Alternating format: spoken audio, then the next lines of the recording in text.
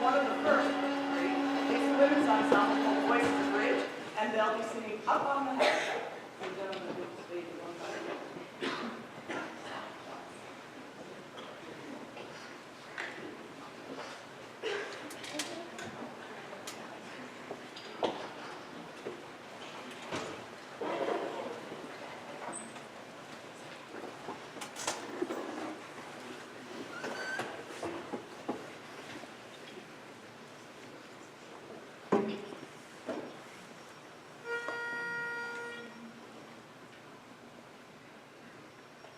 Up on the housetop, up on the housetop, up on the housetop, is that Santa Claus? Yes, it's Santa Claus. Oh, up on the housetop, reindeer paws, out jumps good old Santa Claus, down through the chimney with lots of toys, all for the little ones' Christmas joys.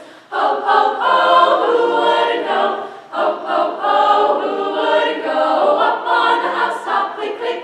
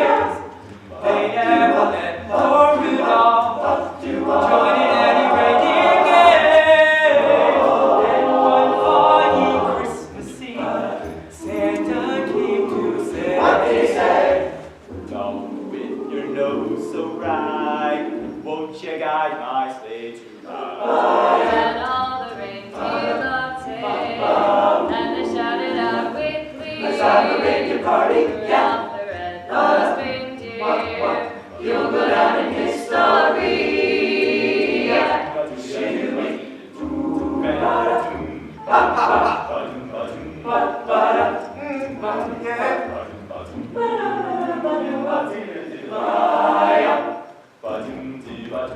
Whoa, hey, let's go. You on the notes. It's time to join the show. The snow is falling, new friends calling. So put on those bells and let's roll.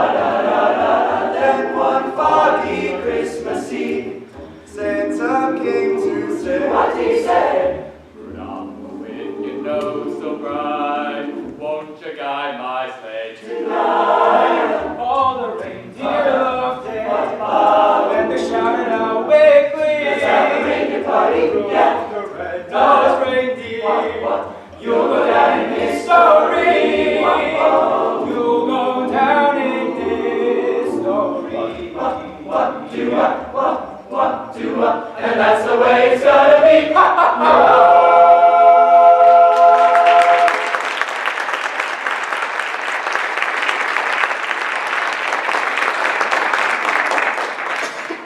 And then lastly, if you were naughty or nice, we'll know.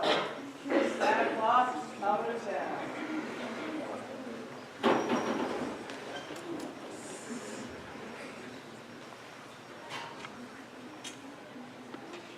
Bring them over.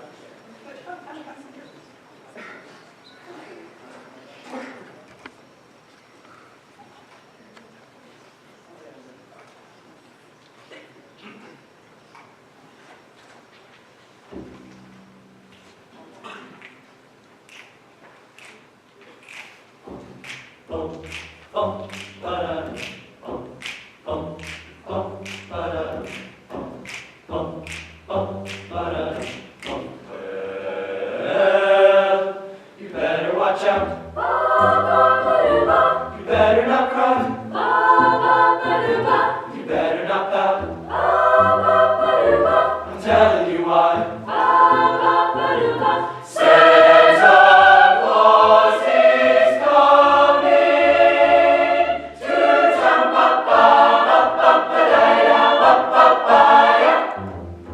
He's making a list and checking it twice. Gonna find out who's been naughty and nice. Santa Claus is coming to town. He sees you when you're sleeping. He knows when you're awake.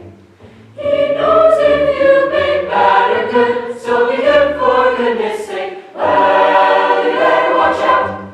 You better not cry. You better not pout. I'm telling you what.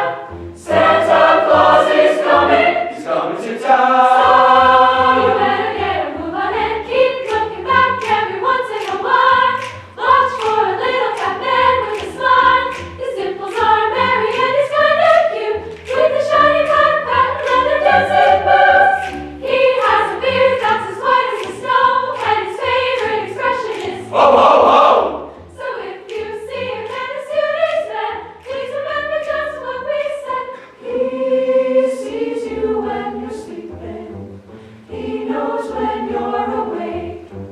He knows if you've been bad or good. So be good for goodness. Gosh, oh gee, he's watching out for you and me. You better watch out.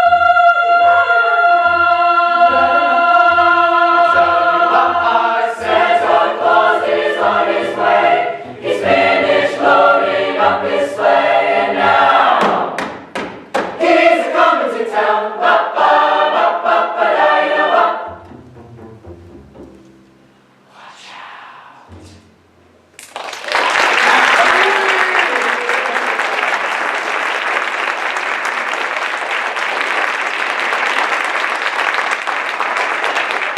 Our musical concert is tomorrow evening at 7 o'clock to see this group and 2 others.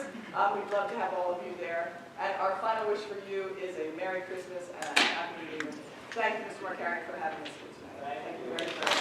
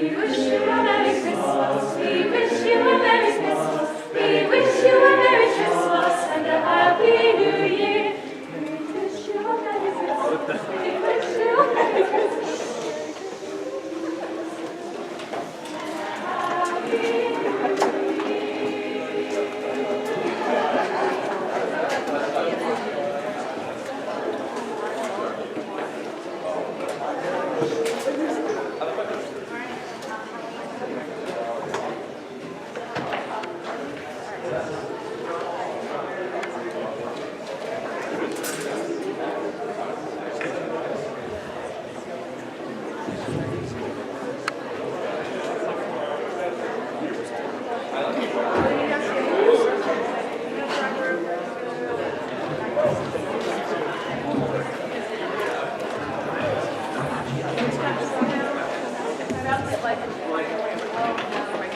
didn't really make minus 20.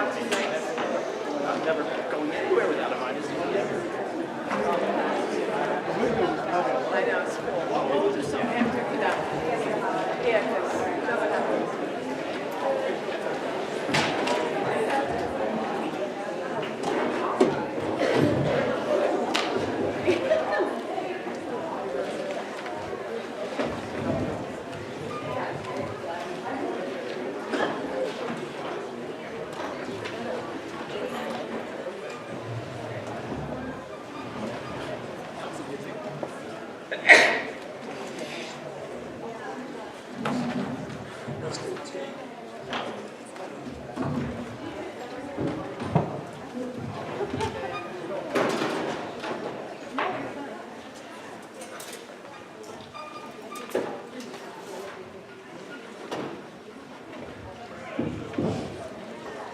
Welcome, everyone.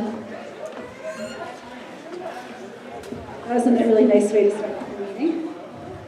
The board has already been in executive session, and we saluted the flag in there. So at this point, we're going to have a roll call.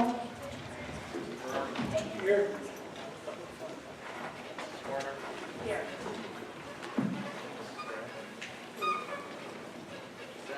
Here. White. Richmond. Here. Ford. Here. Wolford. Here. Mark Ferry. Here. Josiah. Here. Here. Madam Clerk. Thank you. I'll just draw your attention to the statement of public notice in your agenda. The meeting was advertised according to the law. There are 2 times for public comment during the meeting. The first one is on agenda items, if you have a comment or a question about something on the agenda. And then the second one later in the meeting is on any topic, non-agenda items that you'd like to talk about. This meeting is also being recorded, I just want to point that out.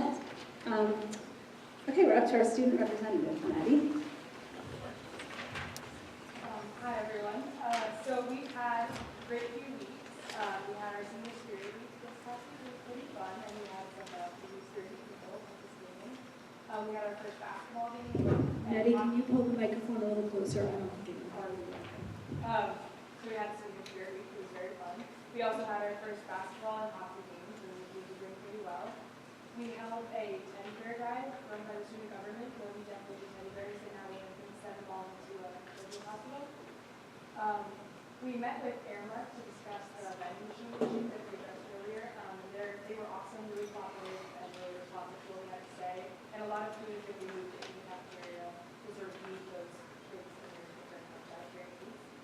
And we're also looking forward to the volleyball tournament this Friday. It's going to be very fun. And we're working on organizing a sort of a group of students to go visit other schools and experience block scheduling and come back with feedback.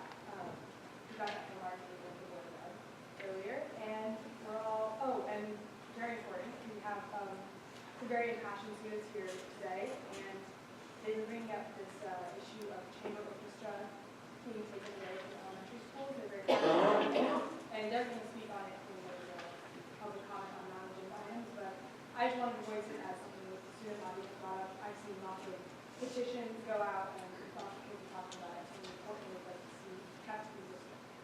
And we're all looking forward to participate. Thank you. Does anyone have any questions or comments? No? Okay, thank you. You're welcome to stay or go if you have to do other things. Okay, so we already did our board presentation. We're up to superintendent's report. There are 3 items. Would someone like to make a motion? Mrs. Werner and Mrs. Woolridge seconded. So I do have one thing to report out on after these items, separate and apart from these 3 items, but these 3 items are our usual HID report item a request for overnight travel for Model United Nations Conference field trip to the University of Pennsylvania in Philadelphia for the Ridge High School Model UN Club. And there are three new clubs that were requested from Ridge in item 3. Okay, does anyone have any questions on those items? We'll let him report on the other one after we vote. Any questions or comments? No? Okay, we have a roll call. Mr. Byrne? Yes. Mrs. Warren? Yes. Mrs. Gray? Yes. Mr. Shannon? Yes. Mrs. White? Yes. Mrs. Richards? Yes. Mrs. Thorne? Yes. Mrs. Walters? Yes. Thank you. Yes, Madam President? thank you. Mr. McCarron? So just a couple things. First, I know we thanked Mrs. Retzko and our Ridge High School choir already on their way out, but just to echo that thanks again. It's always really nice when we can have the opportunity to have students come here and share something special. So thank you for that, and happy holidays and happy New Year to all, since this is our last Board of Ed meeting before the New Year. And I also wanted to follow up a little bit on something that Maddie was talking about that we have discussed once or twice in the last couple board meetings with regard to the elementary school chamber orchestra. Basically, I believe that the Board of Ed was interested if there might be a way for us to provide this outside the school day if the staffing could be attained. So I asked our Assistant Superintendent, Mr. Sean Syatt, in charge of human resources, to work on that a little bit, and he's going to share that with you. Sure, thanks, Mr. McCarron. So we did discuss this. I discussed this with Mr. Fackelman, the Fine Practical Arts Supervisor, and I know that he was in touch with some staff regarding how we could still support this program outside the school day. And so one of the things that we discussed is using an existing program at the elementary level, the mini-unit program, which is an 8-week program that runs twice a year, and doubling that seasonally so that you could do 2 8-week cycles, which those run, for those that don't know, those are typically an hour and 15 minutes, and they will run as many days as needed. Most schools run those 2 days a week, and essentially a teacher who is interested could run that program. They could run the elementary chamber orchestra mini unit, since it is not a curricular program. And so one of the things that we encourage in the mini units is that those mini units shouldn't support the curriculum. They should be something outside the curriculum. So this would fall perfectly in line with the mini unit program. I know there's already one staff member who's interested in running it for the upcoming winter session. And essentially what we would like to do is we'd run that as a 16-week mini unit, which would be for that individual double stipend.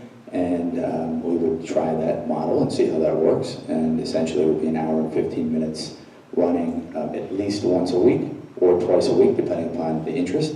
And there's nothing to preclude folks from other buildings to attend that building mini unit, or it could run in multiple buildings. We know now that we have mini units that are similar in one building that also will run in another. And so there's lots of opportunities through that mini unit program. It's already an existing elementary program, as I said. And so that we feel is an appropriate vehicle and would then allow staff members to focus on the curriculum, which is already in place at the elementary level. Thank you, Mr. Syatt and Mr. McCarron, for explaining that. Any board comments or questions? So now we're up to public comment on agenda items. If anyone has a comment, please sign in on the clipboard and give us your name and address. You can sign in after you speak. Just tell us your name and address when you come up to the microphone.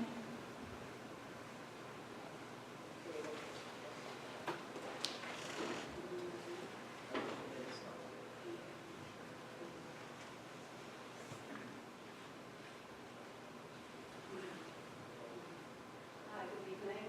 Welcome. Alexander Schultz, 67 Bernard Drive. I have a question about the proposed... I'm sorry, can you just take it out of there? Is this better? Yeah. Alexander Schultz, 67 Bernard Drive. I have a question about the proposal for the chamber orchestra. So it surprised me a little bit that it would be a mini unit. It seems very different to how it's currently run. So will it still be an audition-based program? would those kids still have the opportunity to perform at the orchestra concerts with the other orchestras? And also, what does it mean for some of the selective music programs that we have at the middle school and high school? Does it mean that at some point you're saying that these are not part of the core curriculum anymore and become other programs as well? Yeah, sure. Just to be clear, the elementary chamber orchestra was never in the curriculum, but there's no impact at all to other programs. This will not affect any programs, so I know that there are folks potentially who might be saying that this is somehow going to impact any other program. It is not. Let's be definitive with that there is no impact to any other music program. And as to your point about rehearsals and auditions, the nice thing about the mini-unit program is that there is a lot of flexibility in what you can do. I know that some of our other mini-units, we've got some music or arts-related mini-units where there's some kind of competition within the mini-unit. So there's always that potential, but we wouldn't rule out that opportunity. So I think everything's on the table, but the first piece for us was finding an interested staff member, which we do have. We know we have at least one interested staff member.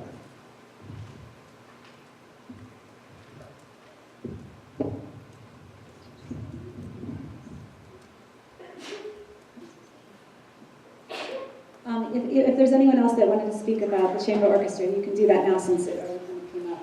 Usually we wait, but it's okay.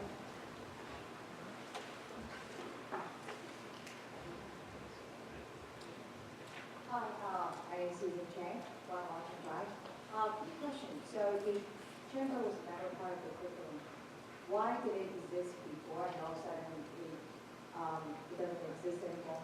You just take away the program and say that we was never part of the program. So why was it there?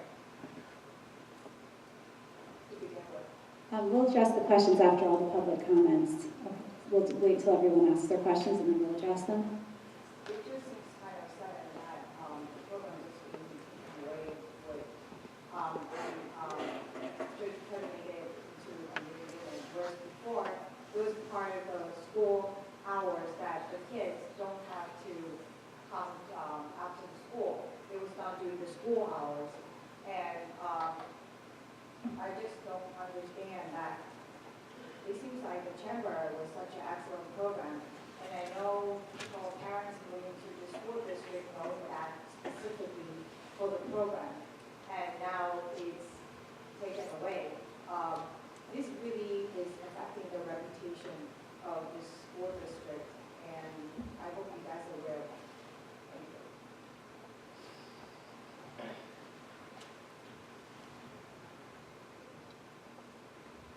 Is there anyone else for public comment?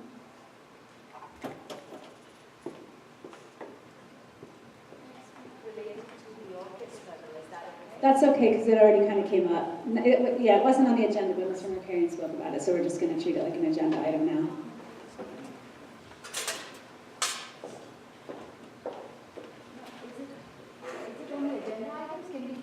You can talk about it, yes.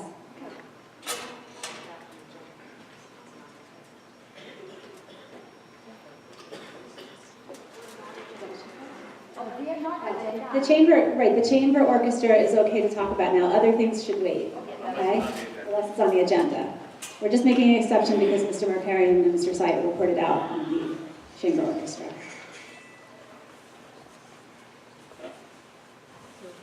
Okay, so no other public comments on agenda items? Okay, so I'll close public comment. We're up to approval of minutes. Would someone like to make a motion for anyone? Mrs. Woolbridge and Mrs. Turner? Any comments or questions about the minutes? Okay, can we have a roll call, please? Mr. Byrne? Yes. Mrs. Warner? Yes. Mrs. Gray? Yes. Mr. Salmon? Yes. Mrs. White? Yes. Mrs. Richmond? Yes. Mrs. Moore? Yes. Mrs. Woodard? Yes. Mrs. Pugh? Yes. Madam President? Okay, thank you. We're up to committee reports. The first is the Finance Committee. There's 20 items. Would someone like to make a motion? Mrs. Clarn, Mr. Salmon? I'll give the committee report before we vote, because I think I'll go over the items briefly at the end of the committee report. So the first thing, the Finance Committee met on Wednesday, December 12th. And the first thing that we talked about was an update about some facilities services. Mr. McLaughlin reported that the tarp for the track and the sandbags for laying it out have been delivered. The tractor for plowing the track/field has arrived, but the snow blower is still being retrofitted. As soon as a part comes in, it will be finished, and then they can test out the equipment when it snows, obviously. We have to wait for snow, which we're not wishing for right now, maybe over break. The second thing we talked about was an update on CUSAC. We had already gone over the items under finance at a previous meeting, but the county came to do their CUSAC inspection of several of the schools. They did Ridge High School and Wams, and they did not find any issues, which is good. Cedar Hills inspection needed to be rescheduled until January because the county office had conflict. So that will happen in January. Mr. McLaughlin said that the building administrators and supervisors are working on submitting their budget requests for next year. The budget is under construction. One of the unknown quantities, as usual, is we don't know what state aid will be like, as usual, until the last minute, so that's always an unknown, but they're doing their best to budget despite that. We'll be getting the preliminary budget report in March, and we'll get updates in finance and report out in the meantime as it's getting developed. The fourth item we discussed was bids for a new student information system. During the bidding process, points were awarded on a number of different items. There were, I think, six bidders that completed the process, and the one that came up with the highest number of points in all the different categories combined was Genesis. So that will be the one that we award the bid to. The plan is to transition from Aspen to Genesis later this spring and have Genesis up and running for the next school year. Then we discussed the action items for tonight's meeting. So items 1 to 3 are standing items. Item 4 is professional development. Item 5 is field trips. Item 6 is a donation of $5,000 from WAMS PTO to help towards the purchase of a laser cutter. So thank you to WAMS PTO for that generous donation. Item 7 is the acceptance of the bid for the WAMS HVAC and curtain wall project, which is our last installment of the HVAC projects that we have the grants for, which will happen next summer. Item 8 is the acceptance of our annual audit. Item 9 is the acceptance of the bid for Genesis student information system. And items 10 to 20 are services for students. Does anyone have any questions or comments about the finance report or the items that we're looking at? No? Okay. Roll call, please. Mr. Burr? Yes. Mrs. Warner? Yes. Mrs. Bray? Yes? Mr. Salmon? Yes. Mrs. White? Yes. Mrs. Richmond? Yes. Mrs. Warner? Yes. Mrs. Wilbur? Yes. Yes. Okay, we're up to the Personnel Committee. There are, I have to check, 27 items. Would someone like to make a motion? Mrs. Warner and Mrs. Wildridge? Mrs. Warner? Just to report out briefly before we go to the personnel committee that this past Friday, you should have received minutes at some point this morning. A lot of confidential information was discussed. The one thing that I'm happy to report out is the personnel committee has agreed to funding of up to $5,000 for teacher appreciation days. The items are fairly standard, or are there any questions before we go?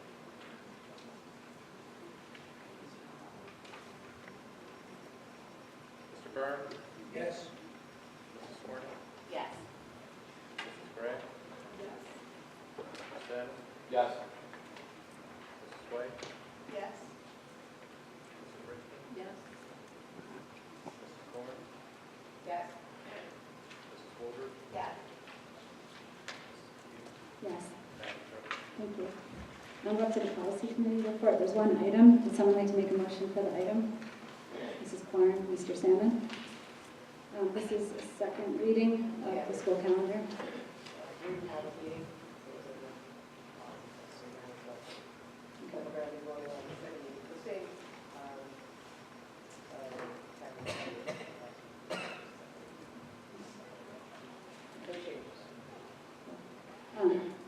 I think we mentioned last time, we're hoping to have discussions over the next year about the school calendar and creative ways to adjust snow days and other things that might make us be able to adapt future calendars, not next year's calendar, but further out calendars. So stay tuned for that. Any other questions about policy or calendar? No? Okay, I guess we need a roll call for that. Mr. Berner? Yes. Mrs. Warner? Yes. Mrs. Gray? Yes. Mr. Salmon? Yes. Mrs. White? Yes. Mrs. Richardson? Yes. Mrs. Moore? Yes. Mrs. Woolford? Yes. Yes, Madam President? thank you. We're up to curriculum committee. Okay, tonight I'm going to be reporting on the November 14th meeting. And the committee did meet in early December, but we're not today.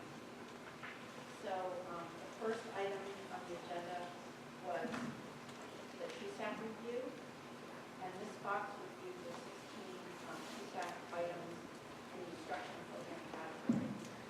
Items 1 through 8 are achievement scores that are calculated by the state, and they're based primarily on target scores. The state is using the 2016-17 scores for science, because no science scores exist for 2017. And items 9 through 15 consist of 9 identical criteria for each curriculum and content area: English language arts, mathematics, science, social studies, languages, health, physical education, visual and performing arts. There are some new criteria this year, including interdisciplinary connections. Item 16 is a set of criteria for intervention and referral services for learning, behavior, and health and physical students, which can be built through RTI or models. And this box noted that Ms. Vitale stands known for filing evidence for item 16, and the district expects proceed forward with for this item.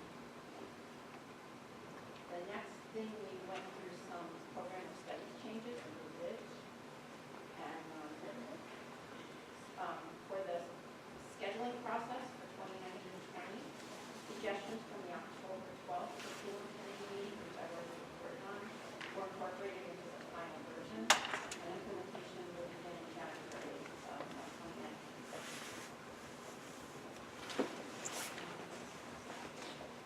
For social studies, for incoming 9th grade students, personal finance topics are being removed from the AP Economics Personal Finance course.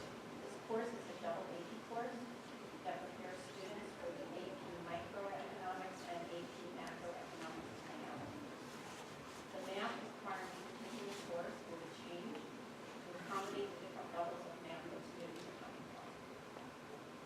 2 ceramics courses have had name changes, and they are now ceramics 1 and ceramics 2.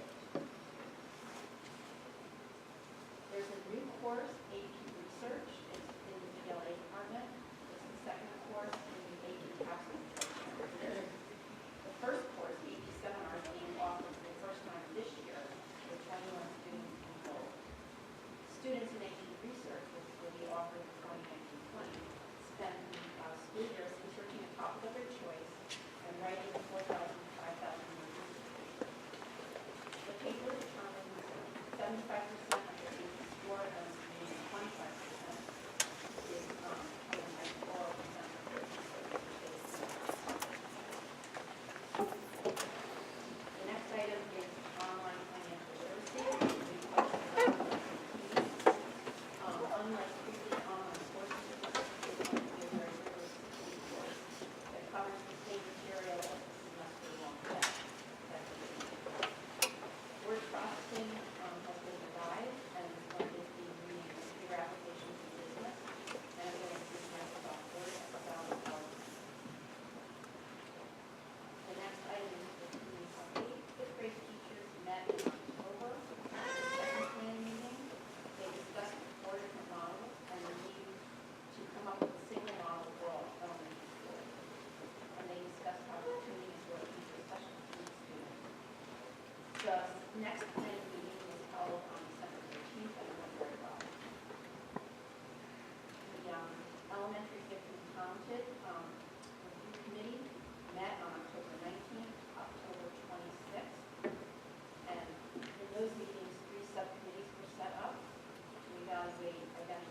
to tell us about that program and ideas for expanding the elementary nutrition knowledge program to include additional subject areas besides math. The committee had its final meeting on December 7th, and Dr. Lenore Cortina, our records professor and education consultant, attended that meeting, and she will be working with Ms. Fox and the GMT teachers to provide guidance on the final recommendations. Regarding the Ridge Health Course changes that were presented in October, we recommend implementing them for 2019-20, and it will be communicated through program studies. We also have some information on 10th grade chemistry this year. Mr. Miziak said that 219 students were in honors chemistry last spring, but some students dropped the CP chemistry over the summer. There are currently 180 students enrolled in honors chemistry, and the course grades have improved this year due to lower enrollment and recent topics. And then Elliot Narenblum actually presented his findings to the board and the public on Thursday, December 13th, about the rotating job schedule. And that's all I have. Does anybody have any questions? Mr. Warren? I do have a comment about the personal finance section that's dropped out of the advanced course. I think mortgages and IRAs and 401ks and jobs and careers, taxes, they're so important to today's world. I would hope that you can find a way to get that into the program. Well, I believe it is a graduation requirement. It's just not being offered that particular course. So they have to take another course? Yes. Then I have no problem. Any other questions? Any other questions? Okay, thank you. We're up to the advocacy committee. Advocacy met on December 3rd, and prior to meeting with the PTO presidents, the committee met with Mrs. Hudock and the student government at BOE Meeting. The students had a lot of topics that they wanted to bring up and discuss with us. So they talked about study halls, cafeteria food, water filling stations, which they were very excited to hear what they were getting throughout the schools. Broken clocks. I think they were fixated on a lot of broken clocks in the classroom. How stressful that was making them, and building up their anxiety. So they talked about that. Wanting late buses, more clubs, wanting more athletic choices, especially for sixth graders to have more options there. Wanting virtual reality in all the classrooms, which would be today, and more fun. They thought having a comment box in this office would be great. They talked about having like a 5th to 6th grade transition mixer, kind of mixing all the students together for like more socializing and I guess what's the word I'm looking for? Yeah, like a meet and greet, that's it. Like more of that type of a scenario. And they were talking about Chromebooks and Google Classroom, and sort of happy that they'd be continuing having those options and resources at the high school. In terms of the PTO president's meeting, we brainstormed a little bit about trying to raise attendance at all the district-wide functions, including PTO meetings and just different programming, parenting programming that we're having throughout the district. Everyone recognized that everyone's time is very stretched with their students' activities after school and their own commitments and work and everything. So there's no easy fix to it. We're just going to be plugging away. Some people are trying to experiment with different times of different events and see if that helps at all. We talked a little bit about the strategic plan and what the next steps were. The third meeting is now online on our homepage for the minutes for it, so that everybody can have a look at that. The board is going to have to take some time to review it, dissect it, give out the notes that are appropriate for each committee or whatever, and try to come up with a plan for the next 3 to 5 years. And Gwen Thornton, who facilitated the strategic plan, is going to hopefully come out to one of the board head meetings in like February, March timeframe to present to us if it works in their schedule. Mr. Markarian also wanted to clarify the district's procedure for snow days this year. Since we had off that one snow day in November, we now have an abbreviated day on Martin Luther King Day. We just wanted to make sure that there were a lot of questions floating around with that. Then there was also just a question about my school bucks and why I think the amount, the limit was $135, and there was just a question about that, and there was also a question about for elementary school parent-teacher conferences, if anybody was considering going down from 2 conferences a year to 1, and what time of year that would be. It was just a question, I think people were just pondering. We also talked about curriculum forums, and I just wanted to point out that there's like 5 curriculum forums scheduled for next year.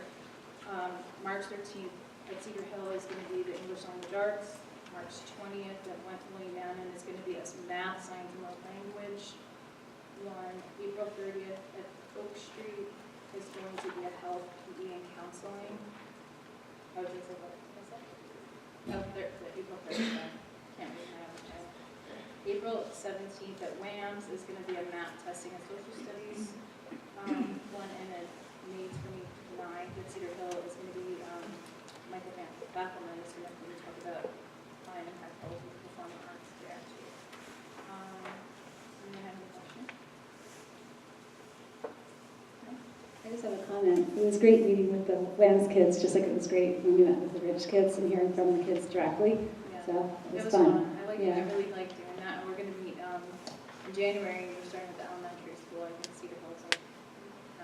That was fun. Thank you. We're up to Ad Hoc SEL Committee.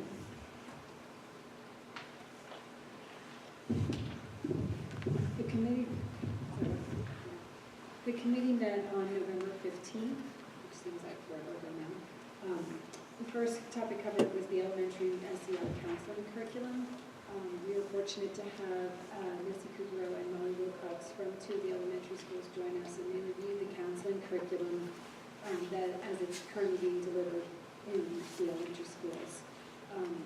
At the beginning of this year, each counselor in each school met with the individual classes at all grade levels to introduce him or herself to the students and explain their role in the school.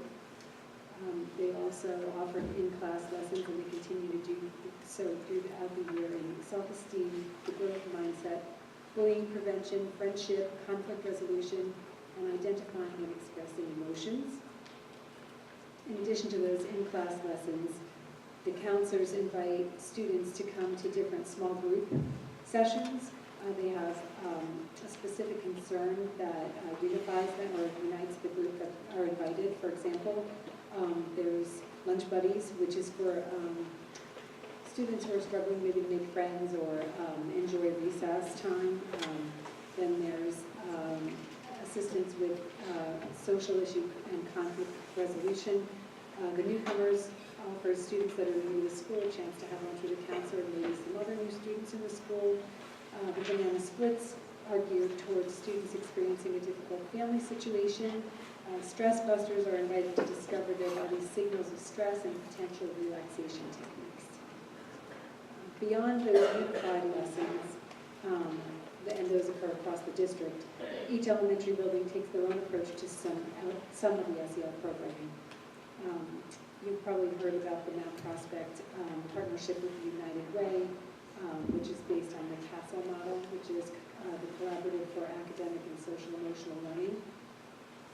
The counselors have all recommended that they meet during the summer of 2019 to develop lateral alignment across the buildings with these programs. The second item was the Staff Professional Development Day in November. Mrs. Hudock joined us, and so did Mr. Kraus, and they shared the feedback from the staff after this very productive day. At WAMS, they discussed a variety of topics, but Higher Expectations, the book that is being read by the staff at the 6 through 12 level, was discussed. There was a lot of time spent discussing ideas for professional wellness for teachers. The recurring message of the day was the appreciation for the time spent with colleagues that they had on that day. The outcome at Rich High School is very similar, although Mr. Krause shared an interesting activity that they started with, which is called a silent conversation, where the staff was invited to sit at white paper covered tables in the cafeteria, and they could only converse without words, and he described that as a really fascinating interaction to experience as well as observe. The results of the surveys that were distributed prior to the Professional Development Day were discussed at each building, and they discussed the strengths and areas of improvement, and that will be a continued effort throughout the year. The next step is to have the planning for the January 30th Staff Development Day. In the rotating drop schedule is already discussed, I mentioned that. There was a conversation at the committee about a healthy stress campaign and the possibility of introducing this idea to families and students so that they can be helped to differentiate between healthy stress and toxic stress. With the understanding that there's no way to completely eliminate stress, there was discussion that it's necessary for students to learn how to cope with some stress. Ms. Smith was very supportive of the idea of introducing elements of this into her newsletter, which just came out, I think, a week or so ago, and she did have some really interesting topics on healthy stress.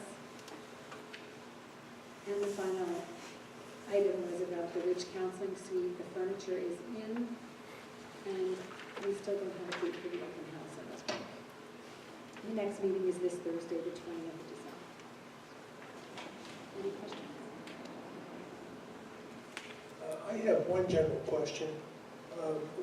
How would you assess the student mental health and stress in the district? Is it okay?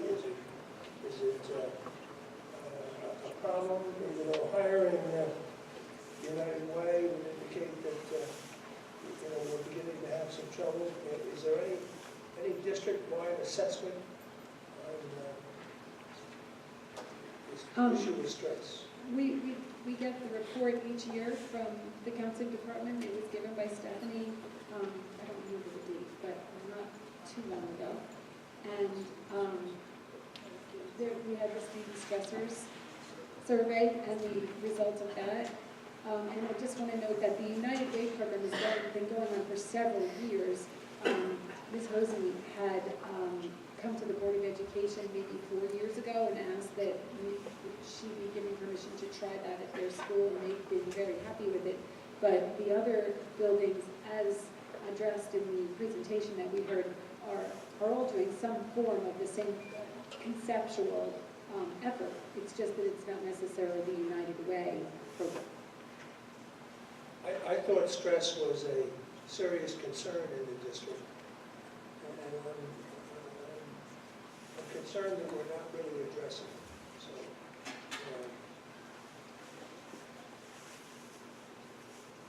I'll just add that district goal number 2 is all about student and staff stress reduction, and it's an ongoing conversation, hopefully everywhere throughout the district, on a routine basis. I mean, we certainly see evidence of that in what comes to the Board of Education.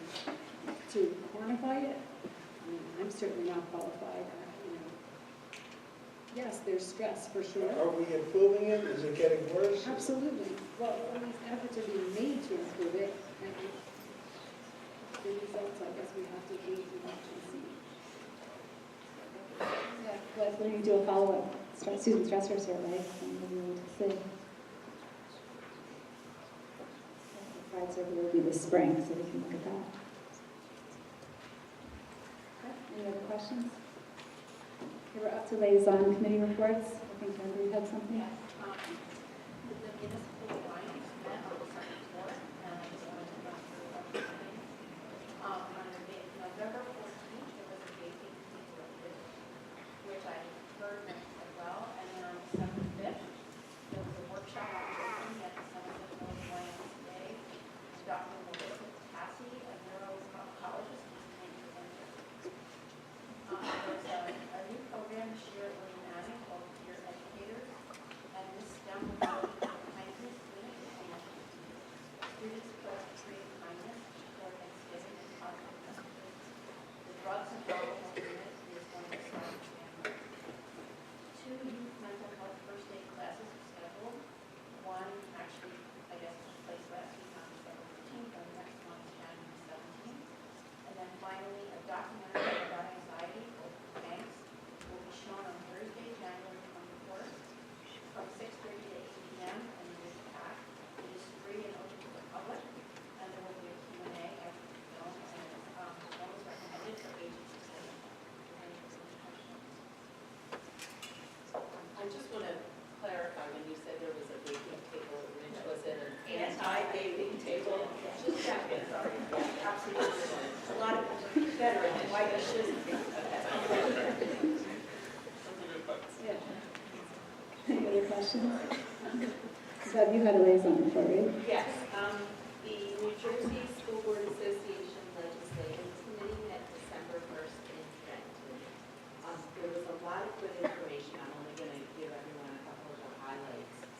If you all recall, on the ballot in November in the state of New Jersey, referendum was passed for a bond issue for school infrastructure improvements. It was a $1 billion initiative that did pass. Since it passed in November, our governor has already slashed it down to a $500 billion initiative. So there's going to be $500 million allocated. They think the allocation is going to be $350 million for VOTEC and school security, $100 million for water infrastructure improvements in the schools, and $50 million for county colleges. However, because bond financing is required for this initiative that passed, it's going to be a while. There will be some free state secured grant funding, but they're anticipating it's going to be a while. The earliest this spring, but highly unlikely it will be available for the next budget cycle. The guest speaker, who was video conferenced in, is Deborah Program Director for Lobbying and Federal Legislation for the National School Boards Association. She gave us an entire list of all of their priorities for the 116th Congress, and if anyone's interested, I'm happy to share with you the entire list. But I'm just going to review initiative number 1, which is IDEA reauthorization. IDEA stands for Individuals with Disabilities in Education Act, and they're lobbying to make sure that we get full funding at the federal level. It's $36 billion annually. They're trying to educate members of Congress on how a lack of federal funding hurts our students, and they're focusing on sharing success stories on how this funding is helping districts at the local level. So I know I've approached our administrators to see if we have any success stories we can share with our congressional representatives on why it's so important to get federal funding. Like I said, I have a list of all their initiatives. There's 4 pages of them. And then the final thing, since I am retiring from our Board of Education, I can no longer serve on the State School Board Association Legislative Committee. But the good news is they have agreed to keep a representative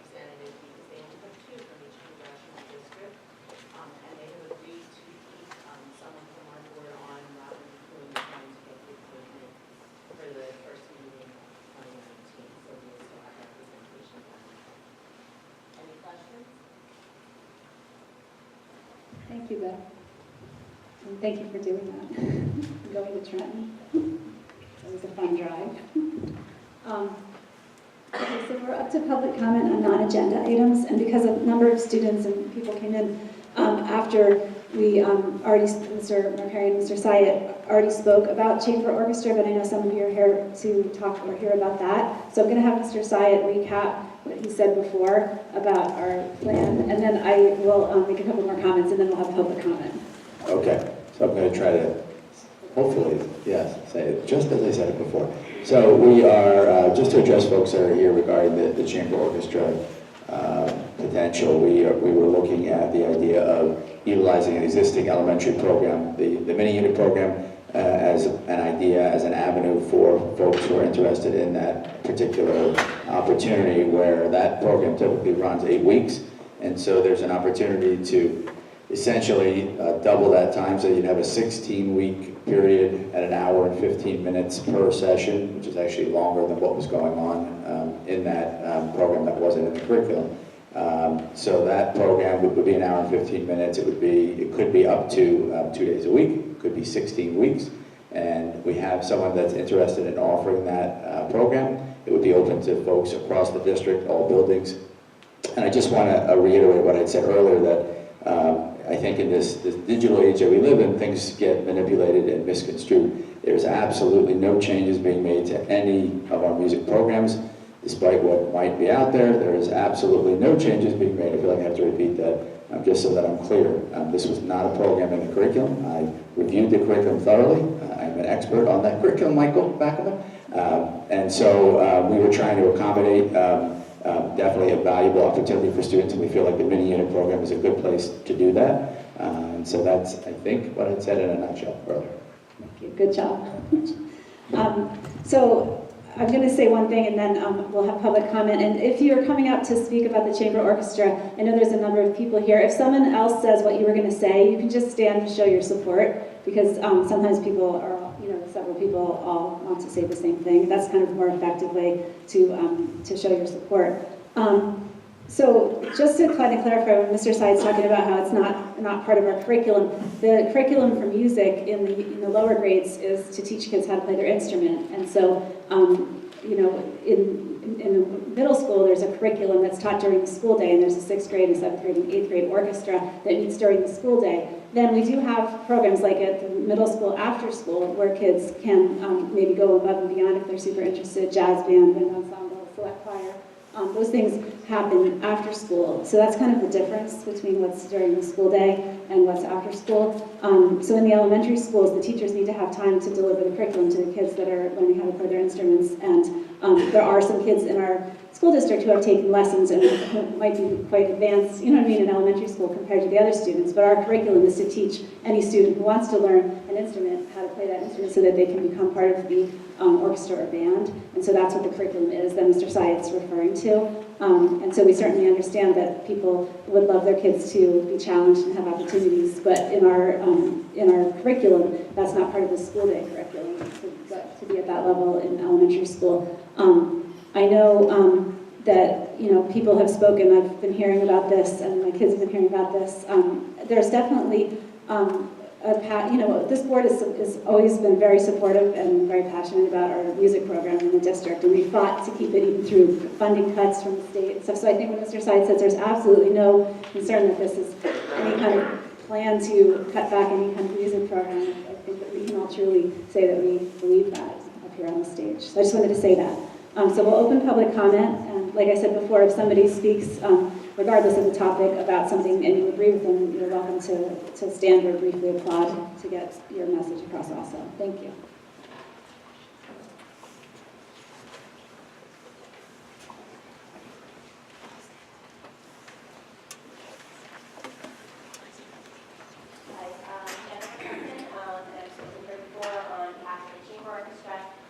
I appreciate that you guys have been openly discussing this and that you're trying to come to a consensus on what will work. However, we're quite concerned about it becoming a mini unit chamber orchestra.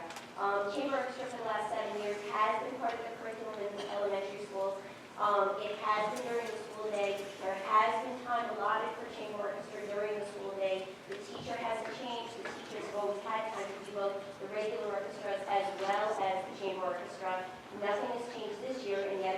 pulled out of the regular curriculum. So as much as you guys say it was never part, for 7 years it was part of the regular curriculum during the day. Our concern for putting it as a mini unit is, number one, now there's a cost involved. That will automatically eliminate several of the students. Number two, you're now putting it on a given day of the week. A lot of these other students have lots of commitments. That means you're pulling more students away from the chamber orchestra. The likelihood that we're going to have a functional chamber orchestra at the end of this is very, very, very low. Between the cost, outside of school, after school on a certain day, trying to pull a select group of students together, not very likely. So we have major concerns in terms of that. We clearly have massive support for the chamber orchestra program. The students that you see behind you all went through that chamber orchestra program in elementary school. They then went on to the middle school and on to the high school, and they became phenomenal musicians as a result of this during school program, in school program. They gave them all a chance to excel at their instruments and continue on and become phenomenal musicians. We even have with us a college student who came back from Princeton to be with us today to tell us how much that program meant to him during those days. And he still plays his cello and is a phenomenal musician as a result of the encouragement that he got during the day, during elementary school, during that chamber orchestra. It was clearly very, very important to a huge number of students. And this is just a very small base of students who were in those chamber groups as younger members. Clearly everybody couldn't be here tonight, but this was a pretty good representation of those students. We were also told that there is a living curriculum, meaning that the curriculum can change if the need is there. Meaning that just because it was pulled out for a couple of months, there's no reason why it can't be put back into the curriculum. The need is clearly there. I also have some elementary school students who will speak to you about that need, about how much they miss having chamber orchestra. Students who were in it last year and no longer have that this year during the school day. Clearly that can be put back in as part of the living curriculum. So the other concern that we bring before you today is also we're concerned about the potential switch over to the block scheduling and how that might influence the music program as a whole. Again, we have a phenomenal music program, and the idea that you would not be able to potentially have lessons during the day, potentially not get together the whole 200 kids that make up the high school orchestra as a result of that block scheduling is very, very, very upsetting to many of the students as well.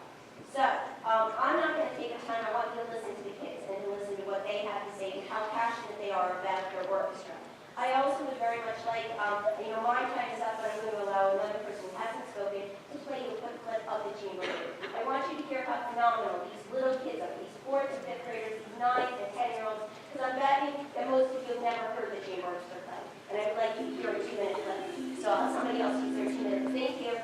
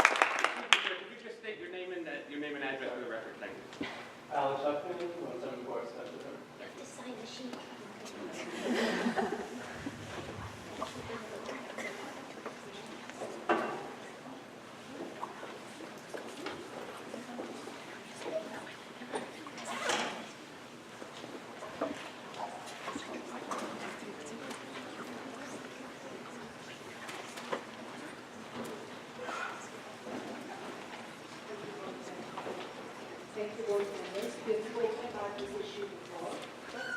We are parents of sophomore students in the STEAM program, and we stand to stay along with a lot of other parents and students that have heard the voice their concerns regarding the STEAM engineering class.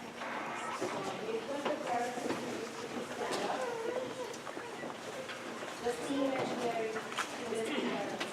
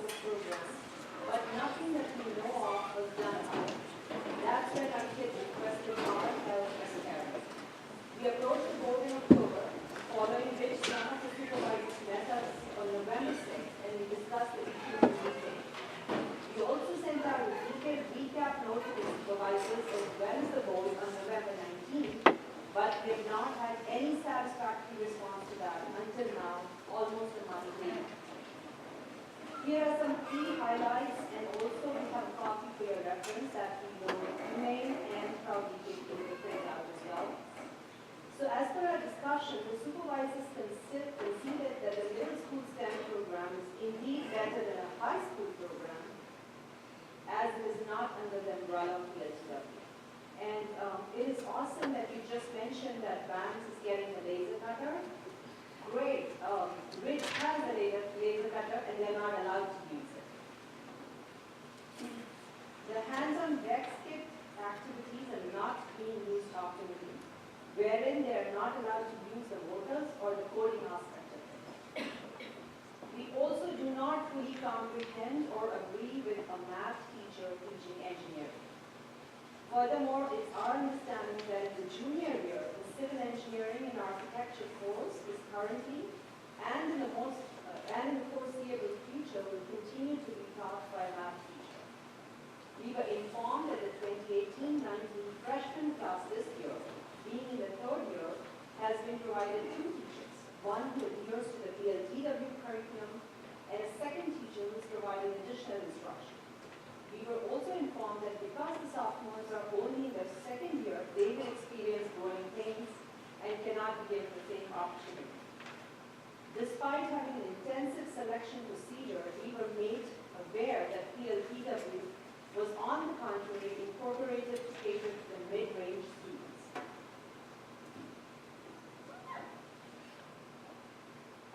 As you can see, a lot of students are here and they have actually been... You just state your name as well. Sure. Yes, my name is Aditi Tandon and I live at 178 Smoke Rise Road.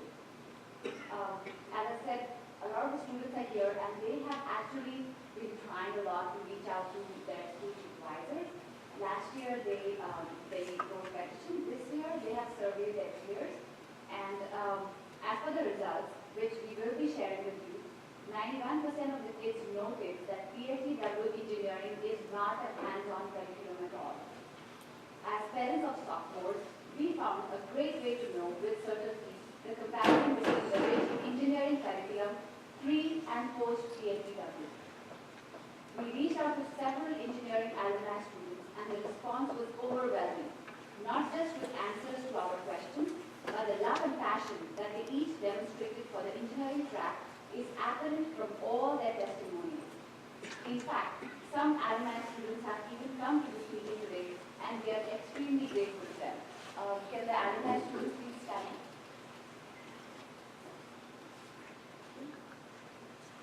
Now our kids will be reading excerpts from some of the awesome alumni testimonials to give you a better picture of our concerns. We will also be sharing all these testimonials with you. Thank you. Can we ask for papers? We got cut off. We really wanted to finish because we have real luncheons, we have to go to bed and stuff. Can we finish our music presentation? And you guys do all your... And by the way, I'm full support. Excuse me, this is a public comment session. Please direct any comments to the Would it be possible for our little munchkins and some of our students, because we got cut off right in the middle of what we were trying to present, for us to be able to present their. Apparently there are other issues and other people that also have students here that want to have their comments heard as well. I know, and we're full advocates of that as well. We are also part of the STEAM program as well, so, but. So one of, Yeah. I mean, we can't really control who comes up for public comment. We have to allow people to come up.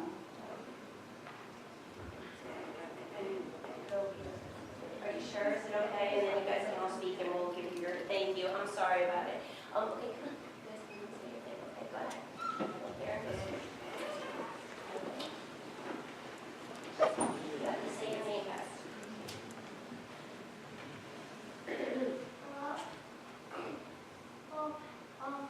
Last year I was in the game orchestra, and it was really fun. It kind of challenged me, and we had a lot of fun there.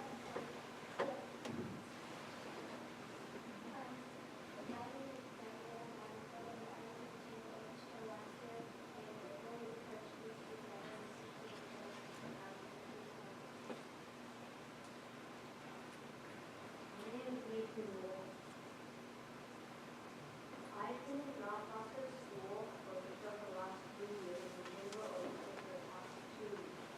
I have liked the gym orchestra because we do all the music, the challenges, music, and a lot of the power group.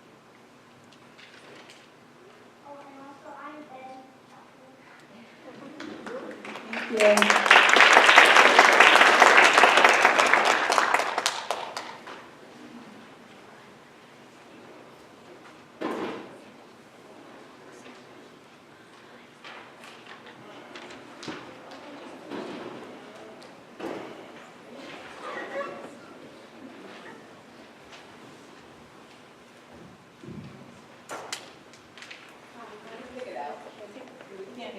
it's easier if you pull it out, and hold it, or just hold it close to your mouth.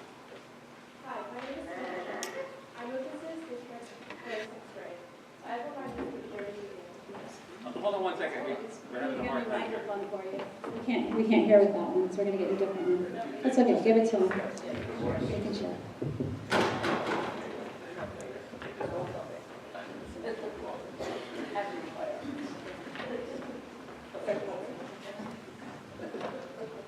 Hi, my name is Samantha Shepman, and I live on 74th Avenue. I moved into this district for 6th grade. That is what my music teacher during the week. I began playing the cello when I was 8 years old. The district I had moved into had no support for the string program, and thus the orchestra was horrible. When I moved here, I was thrilled with the quality of the orchestra. Every day I look forward to my lessons, orchestra rehearsals, and chamber orchestra with Mr. Young. He was such an amazing teacher, and he made my middle school orchestra experience one that I will never forget.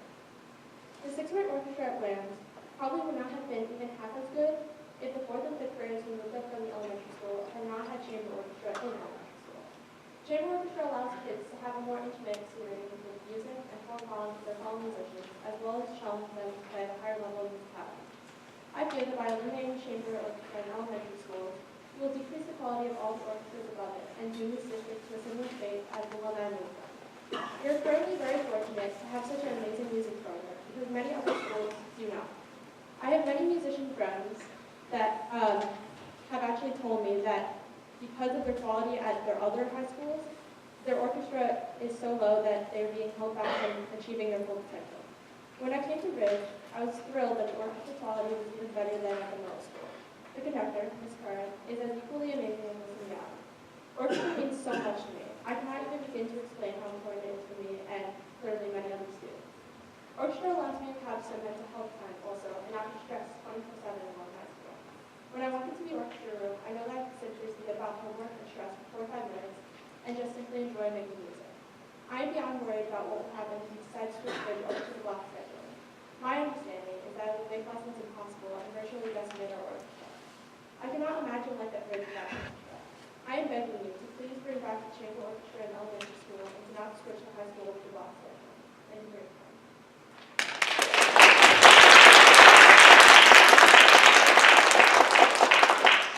Hello, my name is Josh Conklin. I started playing percussion when I was 5, and I was in the band. But as I progressed, I also started playing bass, and in elementary school, I was a part of the chamber orchestra. And I remember I had a great experience. It was very fun, and I learned a lot.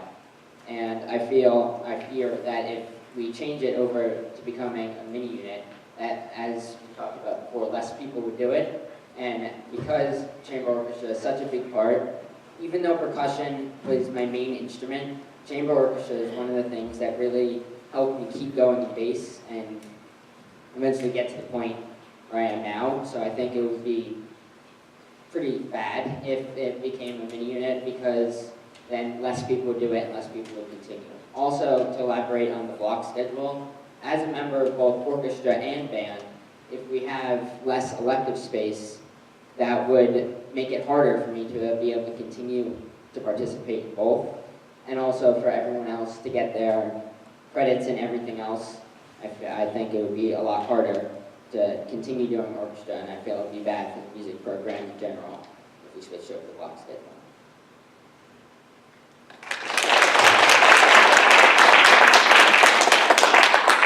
Hi, my name is Alicia Reynoso. I am the current president of Chamber Orchestra. Now, I just want to explain to you really quickly what that means. By no means does that mean I'm a great player, because I promise you, I am not. But my love for orchestra sparked in elementary school when I started the violin in 3rd grade. Because of our amazing program, our amazing music program, our amazing teachers, our amazing everything here, I have gotten to the point to where I am today. I have had that passion and that spirit for orchestra since I started to pick up that violin and play the A string and the D string. Even though it was the simplest thing to do, it brought me so much joy, and I know it brought so many other people joy too. I'm not only standing here with so many great and talented musicians today, but I stand here for other people, such as college graduates who unfortunately couldn't be here today. In fact, one of them even started a petition on change.org, and over the course of 6 days, it received over 700 signatures and more comments as well. So I think that you guys should really take into account how passionate and how loving we are of the current orchestra programs that have run for years and years and have worked for years and years, because believe me, they have worked and they have brought such a change in me and other kids, and they have sparked so much energy and so much love and creativity. And it just really allows us to find an outlet for that creativity. So I ask you to not only think of what may work in the future, but what has worked in the past, because we don't want this creative outlet to be taken away from other children who may be super great players, but maybe can't afford private lessons or can't get that super cool sheet music that they want. This orchestra provides them with these opportunities that may not otherwise be provided, and I think that's really important to consider. So thank you so much for your time.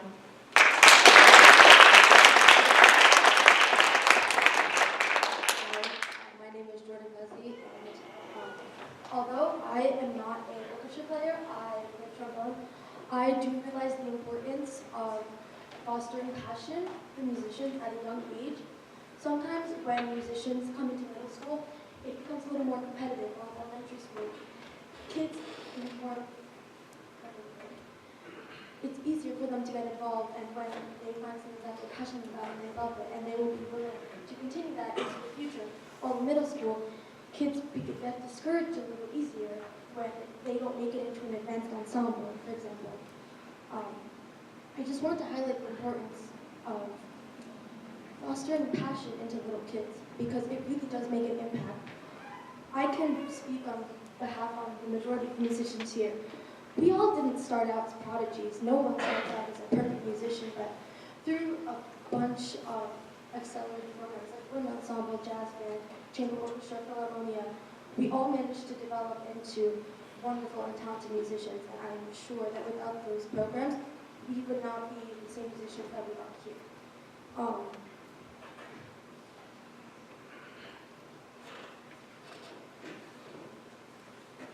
That's all I would like to say. Thank you.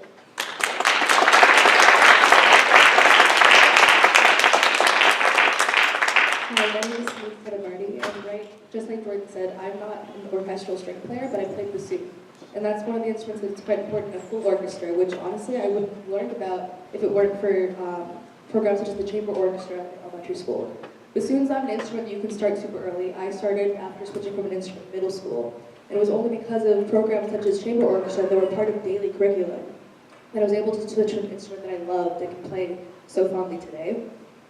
Things like chamber orchestra, I respect the decision that you want to keep it there and make it possibly like an after-school program, but that wouldn't make it the right program for multiple kids to enjoy. I know a lot of people that have so many after-school activities that turning chamber orchestra into something that's like a mini unit will not make an ideal program for everyone to enjoy. So I'd say keeping it as part of the daily curriculum and having it something that kids can take instead of like your normal orchestra work, because I have a little sister who started cello a year early. So having her not be able to be in an advanced orchestra during the school day is a waste of her talent, because she's stuck in a place where other kids who are rightfully learning their instruments, she's at a different level than them.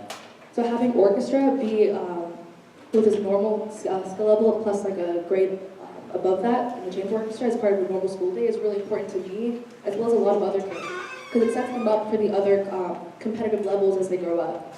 Because it's not only about the elementary school, but it sets them up for the future. So taking something like chamber orchestra away from them at such a young age is basically setting them up to fail in later years when they'll be given multitudes of opportunities to be things such as Philharmonia, chamber orchestra. In the high school especially, with the idea of block scheduling, I'm only able to be in wood ensemble and the different orchestras just because of the schedule we have right now. So changing it to a block schedule would be detrimental to our orchestral students who are so talented, they're working so hard. So I think the reason why a lot of us are here today is because we want to protect how hard our kids are working and how hard we want to protect this program because of the music that we love so much. So thank you.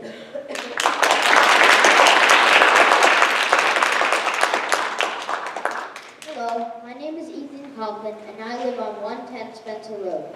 I went to Oak Street Elementary School, and I just graduated. I am now in 6th grade. Elementary school was a lot of fun, especially because of the chamber orchestra that Miss Kowaleski set up. It would make me very sad to see the chamber orchestra go away, and for Miss Kowaleski to be let down. She worked very hard to set this up, and did it for all the students' good, including my own. She didn't ask for money or anyone's time, but took matters into her own hands and made a great setting for all of the orchestra kids. I would not have continued playing the bass if it weren't for chamber orchestra.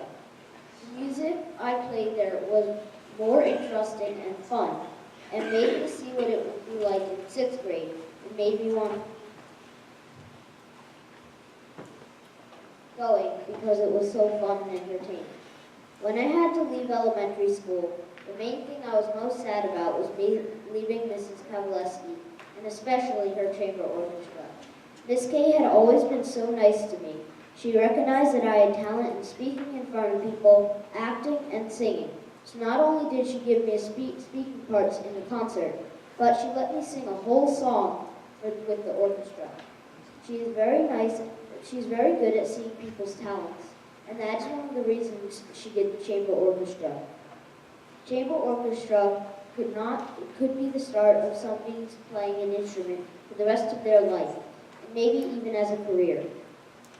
At the end of the year, I felt I needed to give Miss Kowaleski something very special for being such a good teacher, and nothing seemed like enough for all that she did for me, and I felt very bad. I think that if we didn't get rid of the chamber orchestra, then this would be like my special gift I would give her, because it means so much to her, and all of the students that are in it. Not only her, but a lot of other students and parents would be upset if the chamber orchestra got removed. Please take this into consideration and put the chamber orchestra back. Thank you.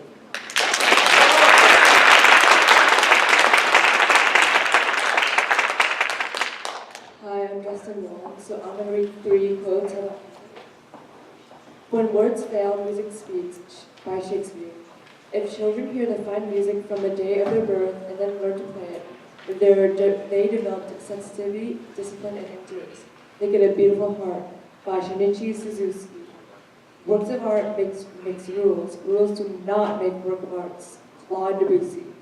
If you were to remove chamber orchestra, are there advantages? Even if there are advantages, are there more advantages than disadvantages? What you are doing is basically removing something that can relieve our stress. But instead of relieving our stress, we're removing it, adding more stress to our days, basically increasing our competition, as you see in the school. As you see from education throughout the schools, you see that it is human nature to strive for the best, and the competition in these schools are extremely high. when removing this, you lose opportunities of others to be musicians later on in their life. That's all I have to say.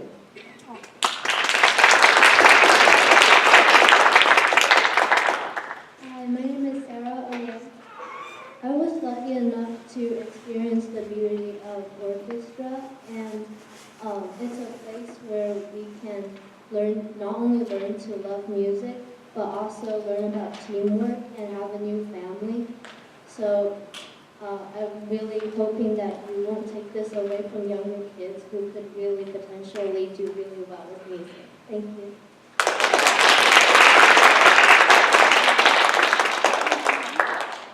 Hi, I'm Alexa Siri. So I just wanted to briefly talk about how much of a motivator orchestra was for me, especially chamber orchestra when I was a kid. So I didn't really do a lot of activities when I was younger, and I felt like orchestra was kind of a place where I belonged. And I certainly wasn't good at all. And then I had Miss Angelella, and so she was like, "Do you want to audition for chamber orchestra?" And I was like, "Yes, I do." And I did, and I worked really, really hard because I wasn't a good player, and I did not believe in myself, and she believed in me, and I eventually got it. And that was just like completely turned over my orchestra experience because I actually believed in myself. And I feel like a lot of kids did. They were surprised what Miss Angela saw, and then we were practicing with a little bit of a competition. We were doing higher level music. We were really seeing what we could do, and it kind of prepared us for middle school. When I did chamber orchestra, it was half every Friday during my lunch. It wasn't a big deal. I just needed up half of my lunch every Friday. And also with the block scheduling at the high school, I think we're a little concerned because it said that you only get one elective, and if you need business credits, you have to choose between the orchestra and that business elective or any other elective that you might want to do. So I hope you just take this into consideration, and thank you for your time. Hi, my name is Jane Conklin, 110 Spencer Road. I had a whole speech plan, but I think the kids said it all. I just wanted to add a couple of things. My son being in both orchestra and band in the beginning, the band teacher said to him, "I wish I could challenge you, but the other kids don't know as much as you." The head of fine arts said, "If he's really good at percussion, have him play something else. He'll be bored."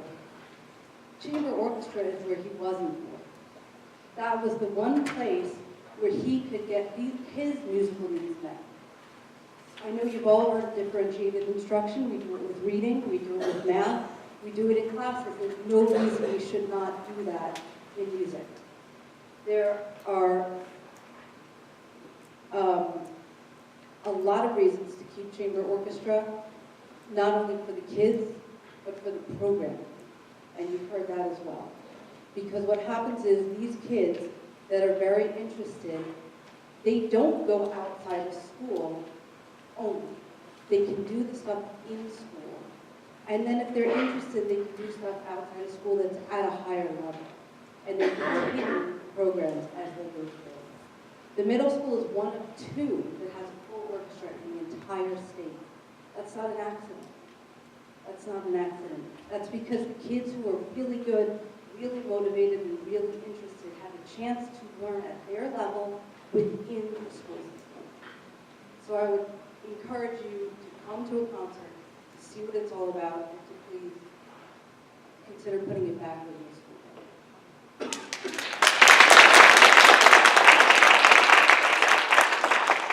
Oh, and I'm sorry, I have one more thing to say.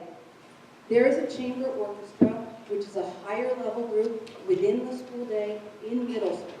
They have the Philharmonia that's after school, but they also have an even higher level than the Phil that is lessons during school for kids in 7th and 8th grade who are very advanced.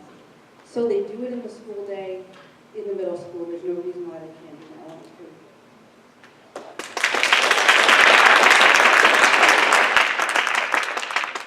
Good evening, ladies and gentlemen. My name is Daniel Way. I'm currently a freshman at Princeton University, but I'm back this evening just to express my concerns about the provisions made for the chamber music program in the elementary schools. So I'm a cellist. I started playing the cello back in first grade, and I was involved with Miss Kay in her chamber music program in what form it was around 10 years ago. That was probably my first experience with intimate music making experience. And it was an experience that really set me forward in all my music endeavors. I wouldn't attribute that experience as a causal event to what I've done as a musician. I've been privileged to play with the Princeton University Orchestra, to be the president of the Music Society at the high school. And I acknowledge that this program brings about many passionate musicians who really value their experiences in the program. But I also acknowledge that not everyone that goes through this program becomes that musician that is very attached and very passionate about music. I do want all of you guys to understand, though, that there are many more benefits to this program aside from just the music making itself. And it's very important that this experience is accessible to all those who wish to pursue it. Chamber music in itself is an ensemble with a smaller group of students, a smaller group of musicians. And there's a lot that one can get out of this. I remember being a musician myself, a very nervous third grader of music, and such an experience allows one to develop confidence. You're confident that you are exposed to higher level music. You're challenged. And when you can overcome those challenges, you build confidence. It builds ambition with the students. Because you are in a smaller group, you're more accountable for what you have to do. You build accountability. Because the group's more transparent, you build the communication. Everyone has to be on the same page. They all have to know what they're doing. All these are transferable skills and experiences that I think any given individual should be entitled to, even if they don't plan on walking through this experience and becoming, transformed musician. I'm just speaking to you guys here today because you guys have heard all about, the passionate music making experiences that all these speakers in the audience have told you guys about. I just want you guys to acknowledge, though, that with all that such a program brings to the table, I think our students deserve easy access to all the valuable experiences that come with the chamber music program at elementary school. Thank you.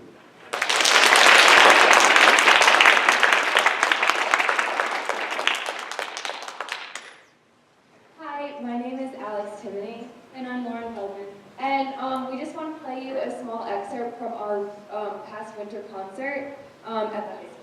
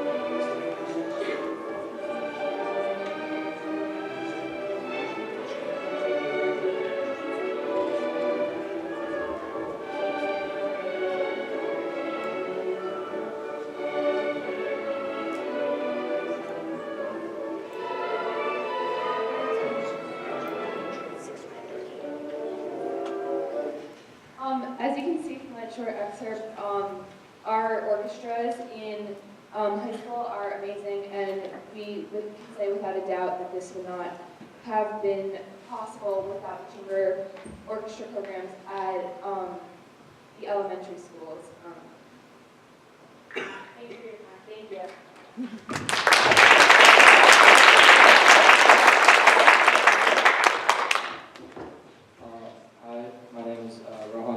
I'm in 10th grade at Ridge High School, and I'm part of the STEAM engineering program.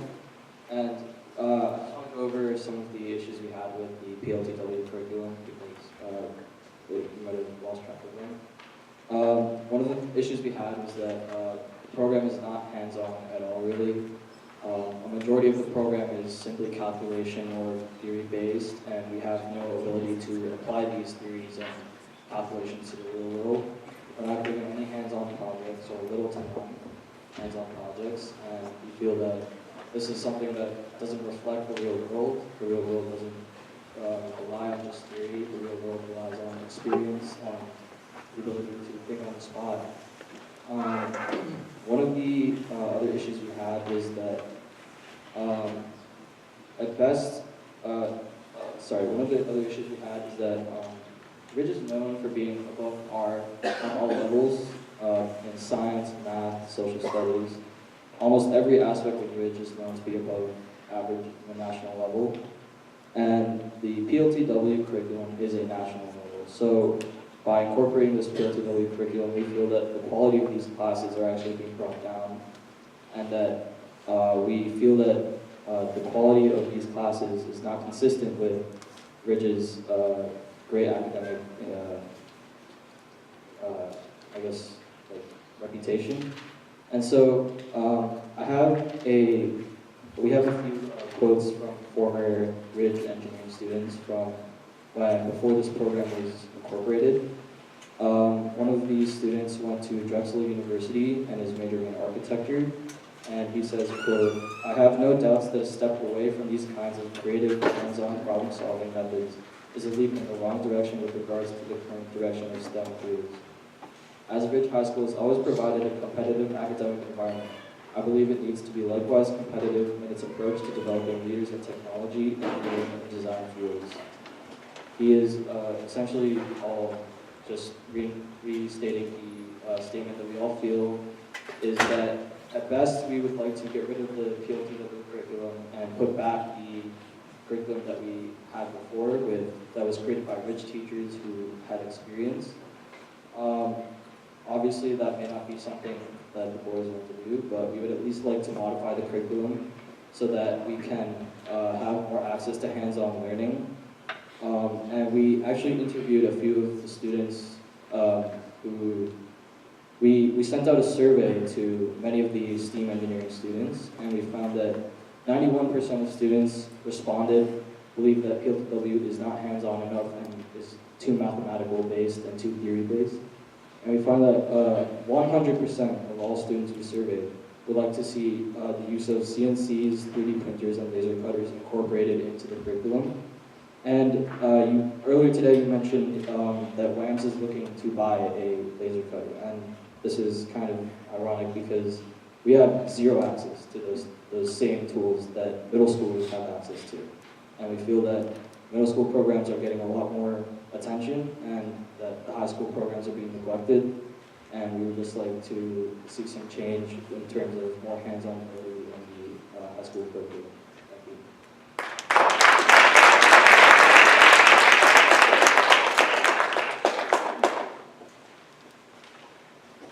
Hi, my name is Rasha Tandon, and I'm a sophomore at Ridge High School. I live at 178 Smallbridge Road. I'm going to read an excerpt from a freshman at the University of Maryland who's currently studying engineering. He says, "My name is Charles King, and I graduated from Ridge High School in 2018. I am currently an undergraduate of the A. James Clark School of Engineering, and I need to say that the engineering classes at Ridge are what inspired me to become an engineering student and pursue it as my future career. However, I am incredibly disappointed with hearing the news that the engineering program has shifted away from the many hands-on projects that were made for the class to be inspiring, educational, and enjoyable. When I was a freshman at Ridge, I signed up for what at the time was called Engineering Countdown, which is one of the best decisions I've made in my high school career. I was able to finish out that year by using the laser cutter to print a shadow box, which I still keep at my desk at college. So, Charles mentioned how these classes influenced him to study engineering in college. He talks about the shadow box project done in CAD 1, a class very similar to IED, which is Introduction to Engineering, the first level class in PLTW. It's upsetting to see that I'm halfway through my second year at Ridge and have never used the laser cutter. And to hear that the middle school is now putting one to use is completely disappointing. I ask you to think about why WAMS is so developed and why our program is deprived of this machine and many others like it. Thank you for your time, and I hope you consider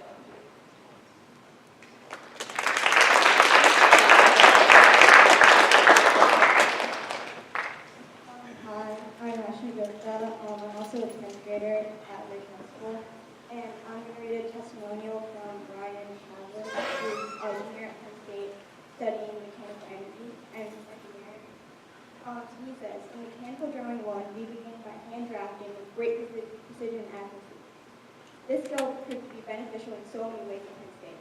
The PLTW drafting activity I see online is not nearly worthwhile, as it appears to have students sketch and draft paper, completely failing to deliver the content at high level use of real drafting tools.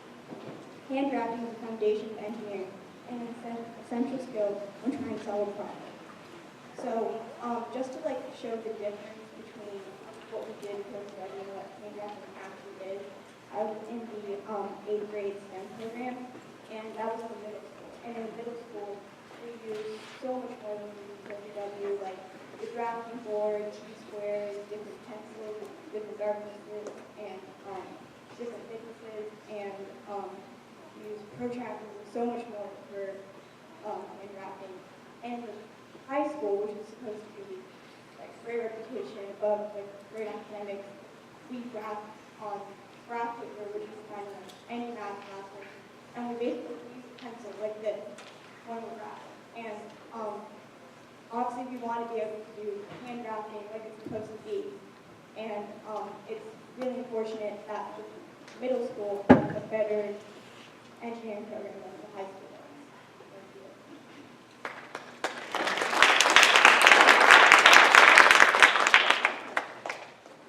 Hello, my name is Moses Rivadeneira Quadros. I'm a senior at Ridge, and I live at 455 Pennsway, Baskin Ridge. So I have an excerpt from a senior graduate from Ridge class of 2015. So the Ridge High School Technology and Engineering Department provides an introduction to a field that a typical high school doesn't always offer, and introduces students to a field that they could potentially go into when they go to college. I think that this department is an extremely unique part of Ridge High School. It was these classes where I got my first introduction to mechanical drawing and AutoCAD and also Revit, which are all three are extremely relevant programs in the architectural design field today. Hands-on exercises are much more relevant and beneficial than math-oriented classes, and more than allowed to be. Math is only a small portion of the architectural field, and in her opinion, there's also a sufficient amount of math within the classes that people can normally take at Ridge. She also provides that proof is that Ridge AP Math and Physics classes prepare students for the level of math that they're expected to know at college. So it doesn't make sense to offer a math-heavy engineering class when hands-on experiences are invaluable for engineers.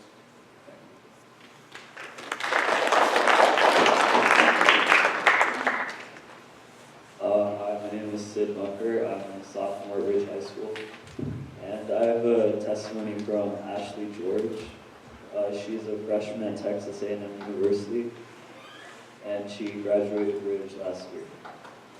She says that one of the many projects that I learned a lot from was the reverse engineering of an engine. Being able to physically take apart an engine to see how the part worked was amazing and gave me insight on what being a mechanical engineer could be like. I feel I have an advantage in college compared to other students because I was able to learn about the in-depth topics of engineering. Another project that I gained experience from was in my engineering CAD 2 class, where we had to create a mechanical object and then print it using the laser cutter and 3D printer. The privilege to be able to use the laser cutter and 3D printer to design custom engineering projects gave me experience that I still use today in my college classes. Finally, she said, the engineering program that I experienced went above and beyond to not only teach me key principles of college-level engineering, but also inspired me to major in mechanical engineering. So overall, the classes that she was able to take helped her not only in college, but also inspired her to pursue a profession in engineering. Thank you.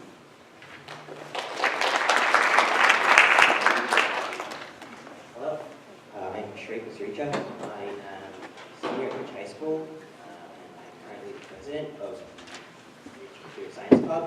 I'm also the biggest student of our computer science teacher, that's like the teacher position. And ever since I was starting at Ridge, I just love how we use our engineering lesson, our engineering resources, like motivate and inspire students. sit, every day after school in our engineering labs, and I would just work on personal projects because our teachers put so much, give so much to kids. And our engineering department has done for such great science class. Like, we learned how to do real things, things that will actually improve our lives and get out of the world. And now, like, when I sit in sit in the field classes, the computer science classes, or the engineering classes, so when I'm working with my teachers or help them do next project, and I'm sort of observer. And what I see is students being frustrated. PLW is a very rigid structure. It doesn't provide any framework for kids to go out on their own, explore, really get inspired, and have get a love for engineering and for science. And like when I heard that kids students were going to come up and talk about this, and I literally I stopped in the middle of my dinner, I rushed down here. Yes, so I did. Like all of my friends are finding these Ivy League schools, like and NYU or like engineering and computer science. Really, is such a great school for these subjects, and it's such a shame that we might lose that. This positive effect that this chapter for. So I hope that you all consider reinstating the original classes. Thank you.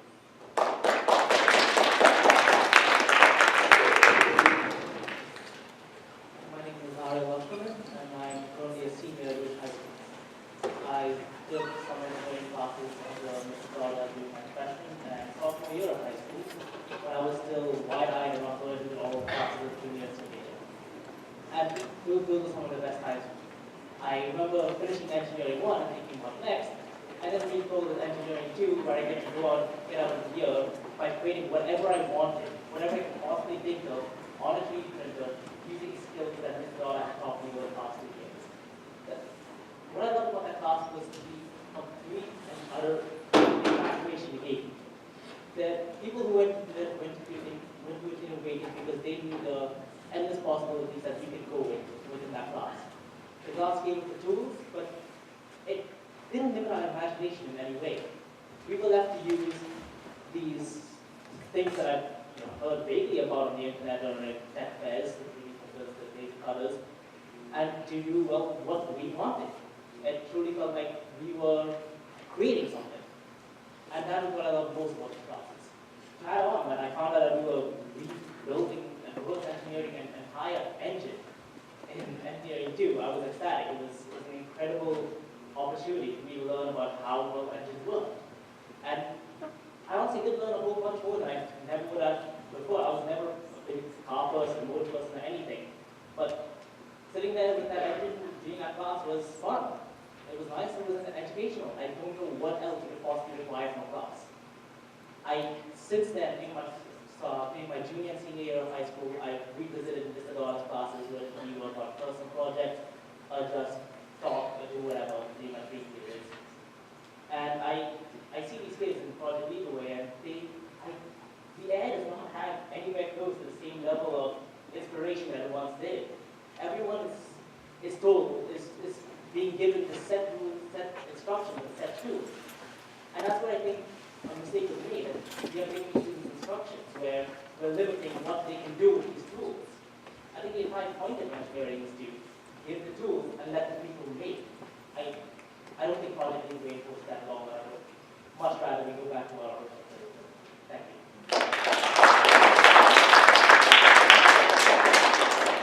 Hello, my name is Meredith Wagner. I live at 29 Hector Street. I had a whole speech plan, but I feel like you guys don't interfere with their speech.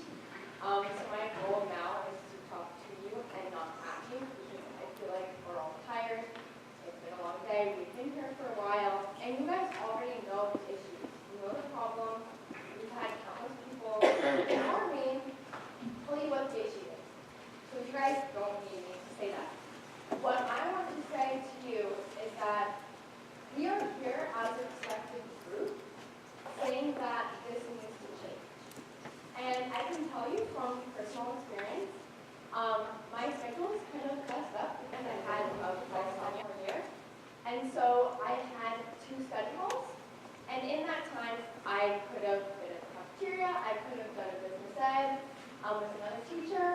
and I chose to go into the engineering classes. And that has opened a whole just new interest to me.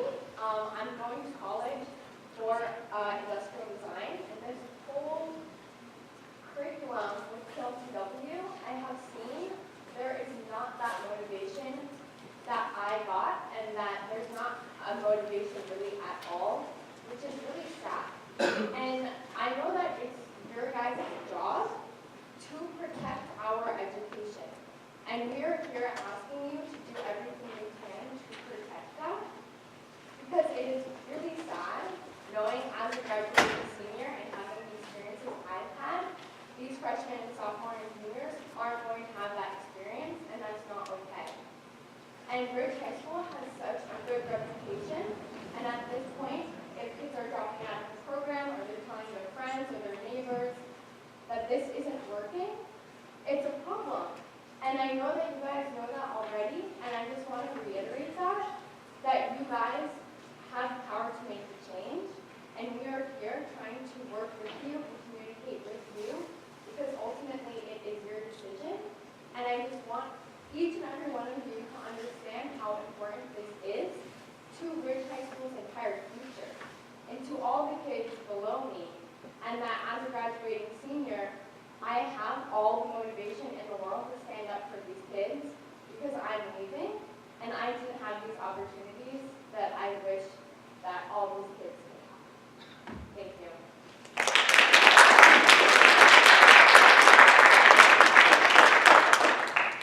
Hi, I'm Zach Bond. I graduated from Ridge High School in 2016. I currently attend the University of Virginia. I'm a third-year undergraduate student studying architecture. You guys won't remember my name because I wrote a letter to the board 2 years ago now, I think, kind of warning that this is what's going to happen, looking at this curriculum, saying, hey, it takes away this whole hands-on aspect that made our program so great. I attend the University of Virginia, as I mentioned. I have no business being at the school grade-wise, based on how I did in high school. I got into the school because of the projects that I did from CAD 1, CAD 2, architecture. The projects we did in these classes built my portfolio. And that's what architecture is. You get into schools based on your portfolio, you get your portfolio. That's hands-on projects are what they want to see. They want to see the model house that we made in architecture class. That had all the details of real house, had insulation and everything. They want to see the little games that I made in CAD 1 that were just kind of playing with space and how space works. They want to see that I have these technical skills, CAD, Revit, Inventor, all these great things that I learned in high school.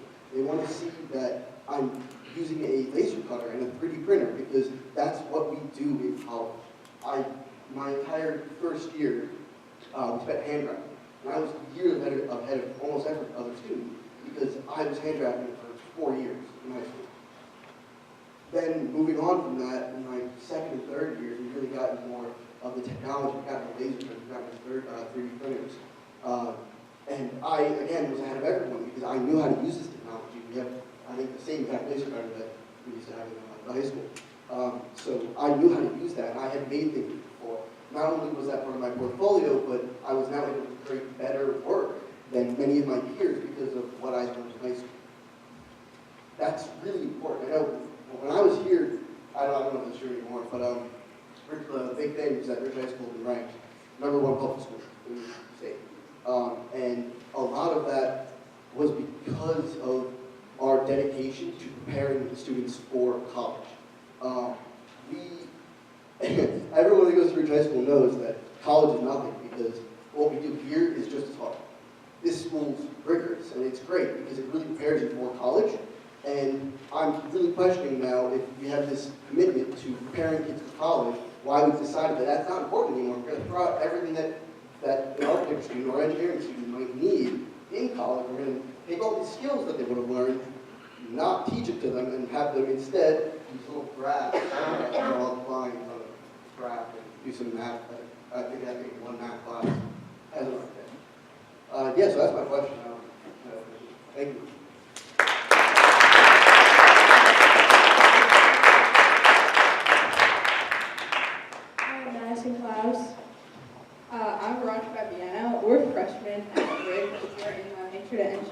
design course with Dr. A. And last year we were both in the design and prototyping course with Mr. Potter. And we both had a lot of fun with it. It was very open, we could do what we wanted. We could explore, we could just do whatever, and we got to use all the equipment. And I remember in middle school, I used to be really invested in engineering. I was really interested in it. I read The Martian, and I just kind of explored on my own. I used to love it, but this course, it's kind of made it boring for me. I don't like that class anymore. I kind of dread going to it because it's just so boring. We don't do anything. We don't do anything fun. So it's kind of like turned me off from engineering, and that kind of scares me. And the fact that the middle school has a better engineering program than the high school is kind of pathetic. Yeah, so in field development, there's 3 units, and in the first market period, there's 2 units. And in one unit, there's one basic challenge, the only one section in the entire unit. So in one marking period, we only had maybe 3 days out of the 2 months of time doing hands-on things, which I think isn't a very good learning environment for students to really learn the material for engineering and really absorb it. Thank you.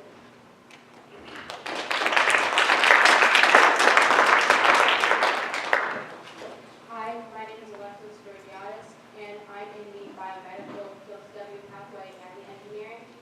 And what was alarming to me is that they're taught the same way, but you cannot teach biomedical science in a hands-on engineering course the same way. Engineering needs to be taught through hands-on work when, in actuality, we are just sitting at a computer, transferring numbers from the screen to a notebook and drawings and sketches in it. When in actuality, we should be building stuff and actually learning. Thank you.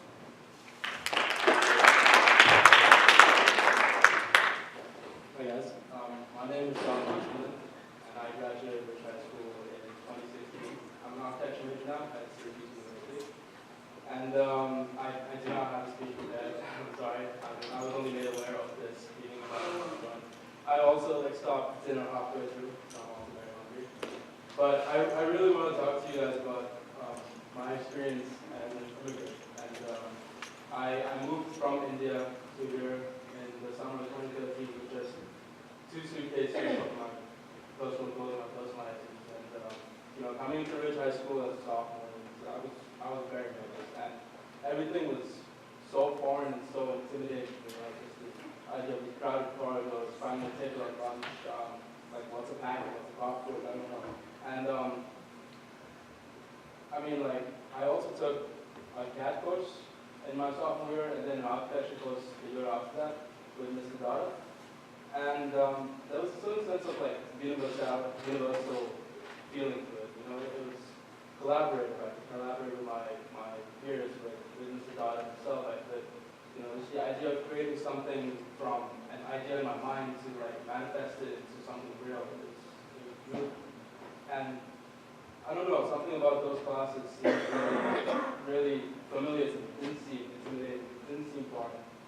And I believe that, continuing this idea of creating with laser cutters, with 3D printers, with Mr. Dada and Peers itself, I'm really good friends with a lot of them now, I'm really good friends with Mr. Dada.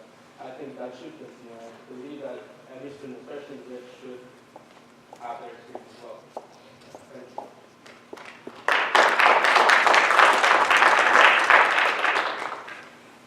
Good evening. I'm Gordon Carson. I'm here on Mr. Dada's behalf because I was beginning this tonight. At the moment in school, I'm working with one of my close friends, Justin Meyer, and we've been working on an actual turbine class. Sadly, not part of this, only because I got to say science because I'm interested in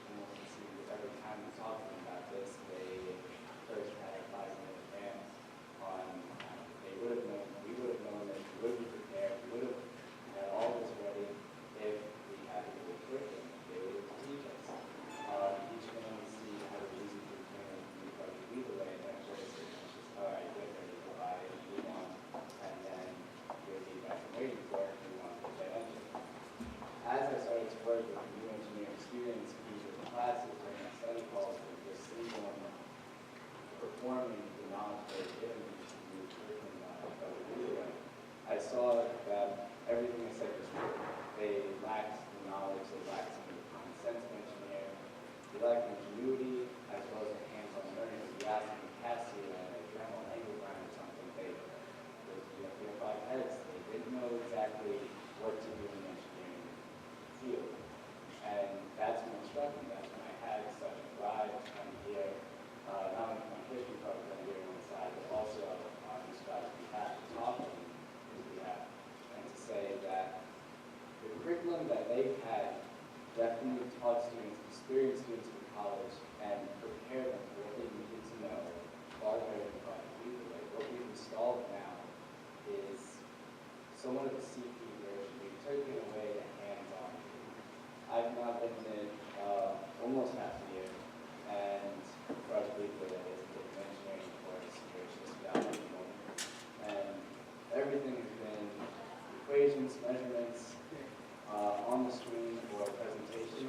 The only hands-on thing we actually started today in class has been simply disassembling the toy bar, measuring it, diameter, right? And then disassembling it on a tablet all online. The only hands-on experience I've had is simply rules. That's disappointing to see in the engineering field. That's still somewhat to me paper pencil. If I could truly like to see a change in the engineering program, I'd like to see that hands-on experience come back. I'd like to see Mr. Goddard teach kids and get kids to actually respond to their experience and also knowledge what they're doing in the engineering field. I'd like to see a great bring back for classes. Thank you. Have a good evening. With your permission, can I just have a closing statement because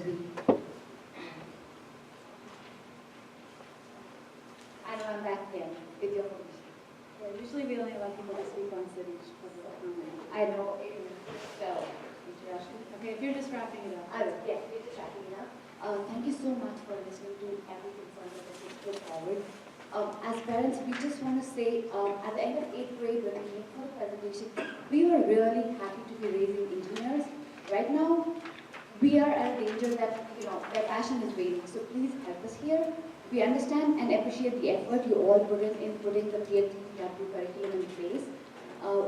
We really request you to consider that sometimes those might not be the best decisions, and let's work together on something better. Thank you so much.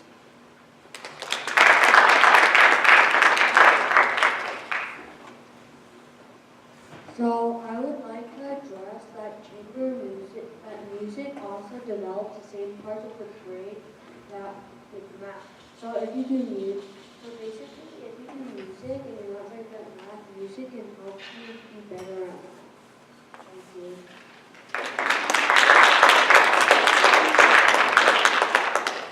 Hi, my name is Anderson. I go to Mount Prospect School. I've been in the chamber program for 3 years, including this year. The reason why I want chamber orchestra back is because it is the highest level in my school for orchestra.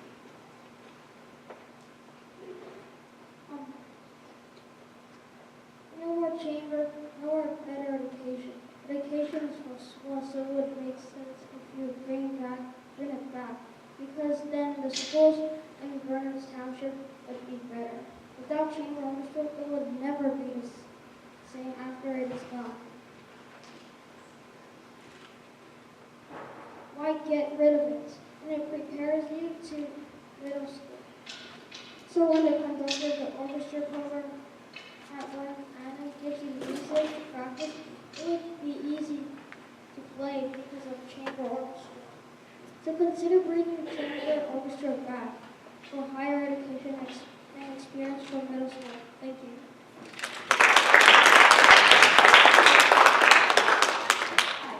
Hi, my name is Kelly, and I'm currently a 6th grader in Wales. And last year I was in Mount Prospect.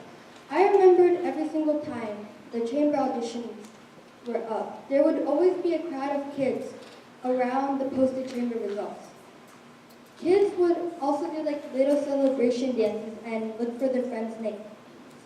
I also remembered that one year that Ms. Kowaleski hadn't been able to post the chamber results early enough.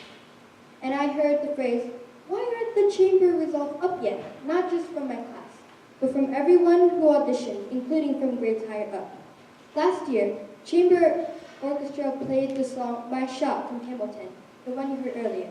Ms. Kowaleski had invited a middle schooler to sing the lyrics with the orchestra. Half the orchestra were talking like, "Hey, I know this song." And they would sing the song along with the singer. The period before class started, I would hear kids singing "My Shot" at home. The students from WAM were very excited to audition for the Philharmonic and experience what they had experienced in chamber. One of the kids had posted on Google Classroom, "No offense, but I've been practicing for the last 45 minutes for the Phil piece auditions, and the piece is still not posted." This shows how much chamber means to all the students. Thank you.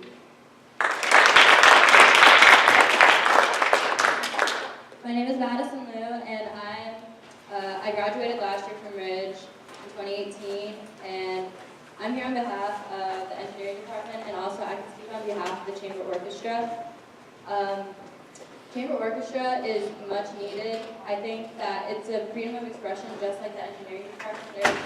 Everyone needs a way or an outlet to express themselves. Like in these both cases, people are limited on what they can do. The engineering department, you're limited to only doing math at the moment for PTLW, but with the classes before in CAD, you're able to do what you wanted in a sense within like the limits. Like I was able to create something called a Geneva wheel by using the laser cutter and also using parts of the 3D printer. And even in college, I go to Carnegie Mellon and I'm a mechanical engineer, and this is what I do on a regular basis. I'm in an intro to mechanical engineering class, and I use the 3D printer and the laser cutter in my projects. I created a mousetrap car this semester, and those were the two of the main things that I needed to use. And we have design classes the following year, and we need to be able to use these. And I had an advantage over a lot of other kids coming in because I was able to use this. Also, in the CAD classes, you are able to learn 2D drawing, which is a skill that is very important. It takes a lot of discipline, and that's the only place that you really learn it. And a lot of people in jobs look for this, and internships look for this, to have this important skill. And because of PTLW, you aren't really able to get this. And I think that a lot of these are very important skills that are needed. And also, it just gives a way for people to express themselves. And I don't think that with this PTLW, it is not doing that at all. And also, with chamber orchestra, I think that you should be bringing that back, because these kids, they're more advanced than what is happening. They've taken private lessons, but getting a group of kids together and being able to play, you see what our symphony orchestra has done. I've been part of orchestra for 10 years, and the music that we create is amazing. Honestly, it is better than most programs, and I think that has to do with a large part of what happens in the elementary school level. And chamber orchestra is a big part of that. So being able to express yourself both in this music and also in engineering department, by bringing back the CAD classes and being able to bring back, creating anything. I know someone in my CAD class in Ridge High School, she created an iPhone holder with just using the program and also using the 3D printer. I think it is much needed. It's almost like an art class. In art in high school, you're not getting rid of that, but they have the freedom of expression to draw whatever they want. Why can't that be what engineering does and what our engineering department does as well? Thank you. Hello, my name is Eva, and I was part of the Oak Street School Chamber Orchestra. So I took private, and I still take private lessons with an amazing violin teacher who's taught me so much stuff. The fifth grade orchestra last year was not enough for me. So when I heard about about chamber, I signed up, and it was my exact level. And when I played chamber and I got in, I was getting ready for middle school orchestra.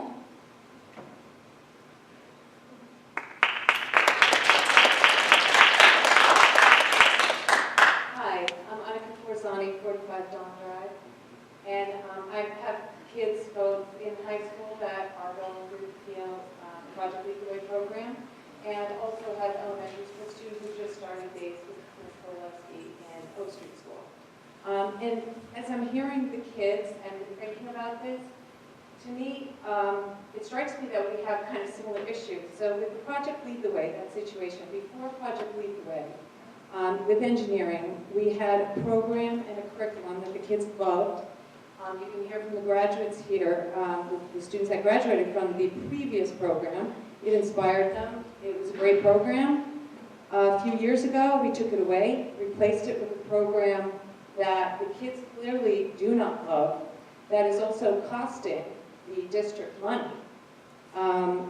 Kids aren't happy with it, they're not getting a hands-on experience, and we're paying for it. So I'm not quite sure how we got in this situation, whether Project Lead the Way folks are great marketing folks, I assume.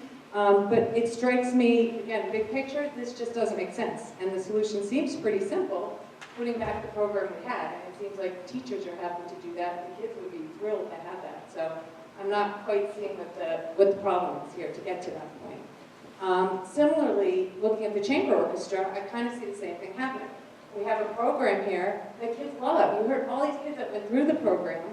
It inspired them. It's not costing us anything. And maybe it's not officially in the curriculum, but you have a teacher here who's doing this because she loves it, because she loves the kids. She's not asking for money.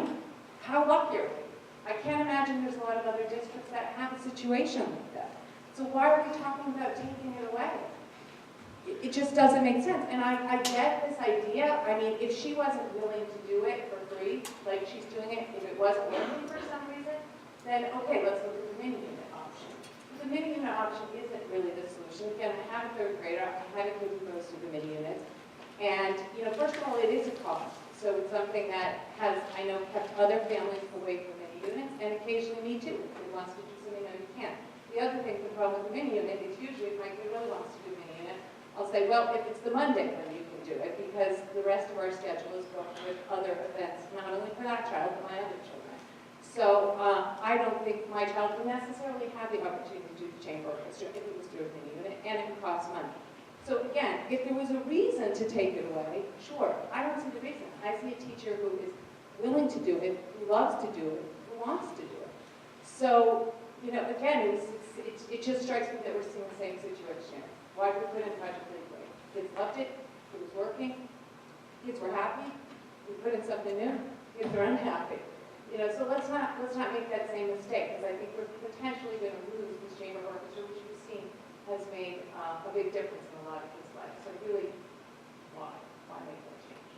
Thank you.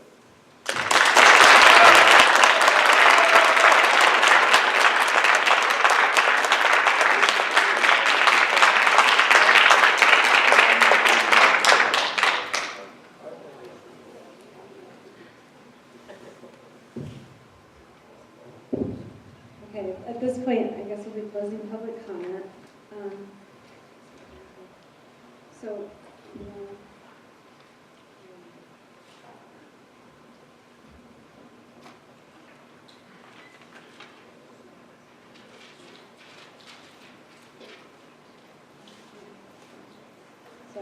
I think we've heard a lot of comments from all of you, and we'll refer these to the curriculum committee for our next meeting, which is in the beginning of January, and we'll discuss the feedback there.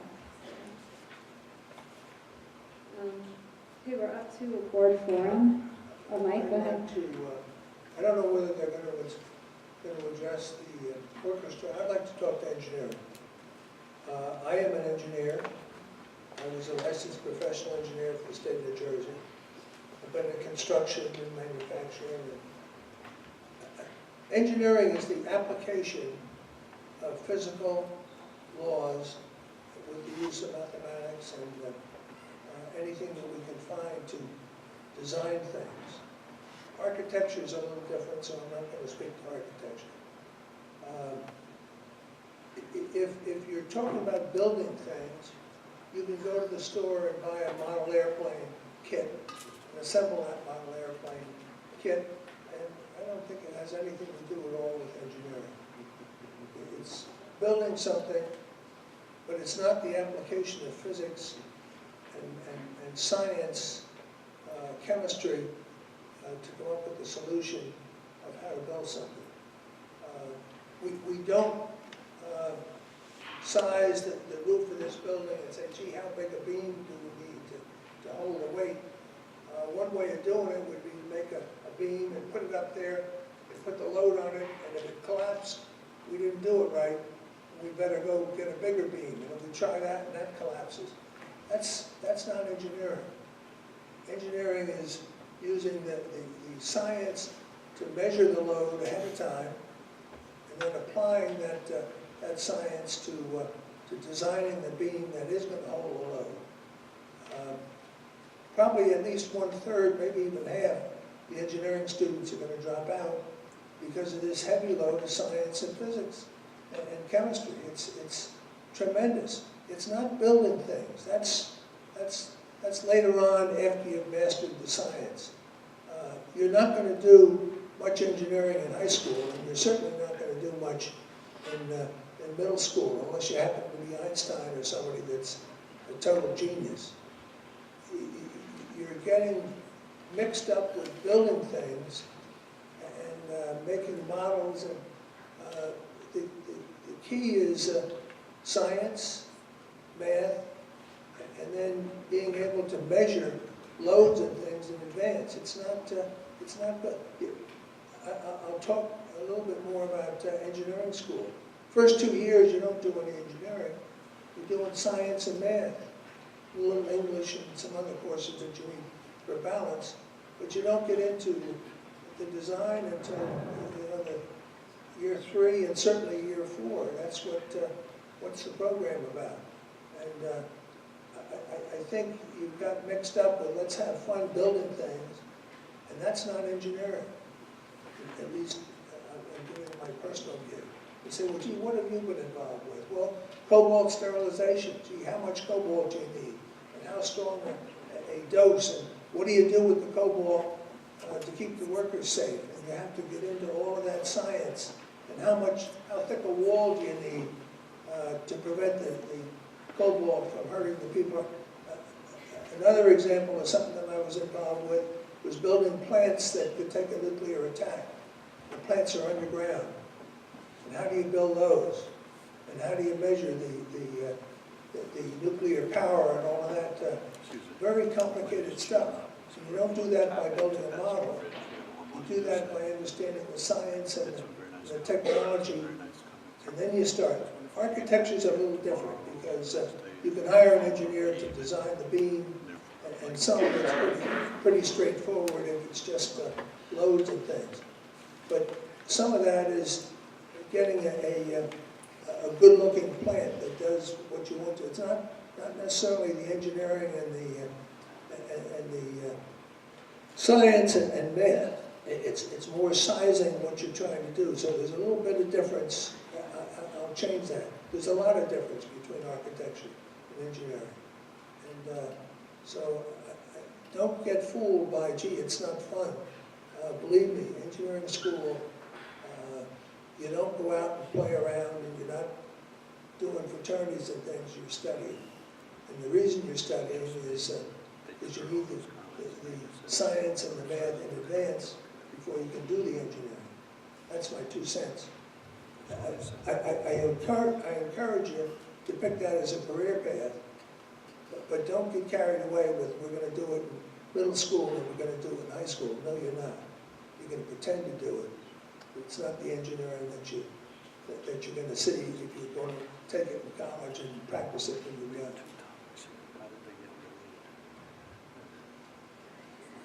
We're up to board forum. We have one item listed here, so I guess we'll talk about that first, or do people want to bring up anything else first? Okay, so we have on here competition recognitions because we had a discussion at a previous board meeting about how to decide what students are recognized at board meetings. And so we talked about how there's so many students doing such amazing things in our district, and we would love to be able to recognize everybody for everything they're doing, but it's very hard to decide which groups and which students, to bring to a board meeting. And we don't want to leave people out. We don't want to not acknowledge kids. And we had a lot of discussion about whether we should acknowledge what types of things we should acknowledge, not just competitive things like competitive sports that won something or a kid that won a competition, but also other contributions that students are making to the school and all the amazing clubs and community service and all the other things that go on. So Mr. Markarian was going to talk to the cabinet about their thoughts about recognizing students or bringing students to board meetings to hear about the cool things that they're doing. So I'll let him speak. Thank you. So, yeah, I think it's working. So we had a discussion about it, and we talked a lot about the issues that we had discussed here in our board meeting on the subject, and I think the overwhelming sentiment of the administrative cabinet was that we should not do recognition at board meetings because somebody won a competition. The sentiment was that the competition in and of itself is the recognition. You're winning a competition. And there seemed to be some input from various members of the administration about differences that have occurred over the years, and there was acknowledgement that sometimes some things have happened and other years that hasn't happened, and it's very difficult to recognize everyone in the same way that we talked about it at the board meeting. And the other thing that a lot of the staff shared were some of the ways that folks that have won a particular competition are recognized in lots of other ways, and sometimes, or often, Board of Ed meeting recognition is redundant to some other approach that's taking place. So, I talked about with them what other ideas they had on the subject, because we certainly love having students come to Board of Ed meetings, and tonight was an example. Tonight was an example of the concept of showcasing something that's going on with students, but it's not about winning a competition. There was no awards given tonight. We weren't handing out certificates. There were no trophies. The students were here just to share with the Board of Ed something that they had a passion for. In this case, the choir, they're singing, and it was great. So I think everybody that was in the cabinet meeting understood that, appreciated that, and thought it was great to have students come to board meetings and share things. But their thought was it would make more sense to choose things, or if the board was interested in hearing about something that students were doing, that they might make a request or something, but that to try to make the process or the criteria for coming to present at a board meeting to be something that was the result of a competition probably didn't make a lot of sense, and that it might be nice to take sort of a different approach. And that was their thoughts. That's what I said I would try to find out. That's where they were coming from. Any thoughts? You hear me? You hear me? Okay. That was one of the approaches. I love hearing that. Full disclosure, I had a child singing tonight, so I love seeing that. But I love seeing last spring when the kids who had done the presentation on the social studies Project Citizen. That's the stuff I love to see. That's, it's a little window into what's going on in the schools. And I'd like to see, as much of that as possible. We have a lot of business to do too, and that is a priority. So I love hearing that it's not based on competition, but rather, something special that's going on, whether it's at William Inn or a bridge. I think that's great. I think that's a step in a really nice new direction. I remember last year, I'm blanking on her name, she was graduating and she was Christine. Yes.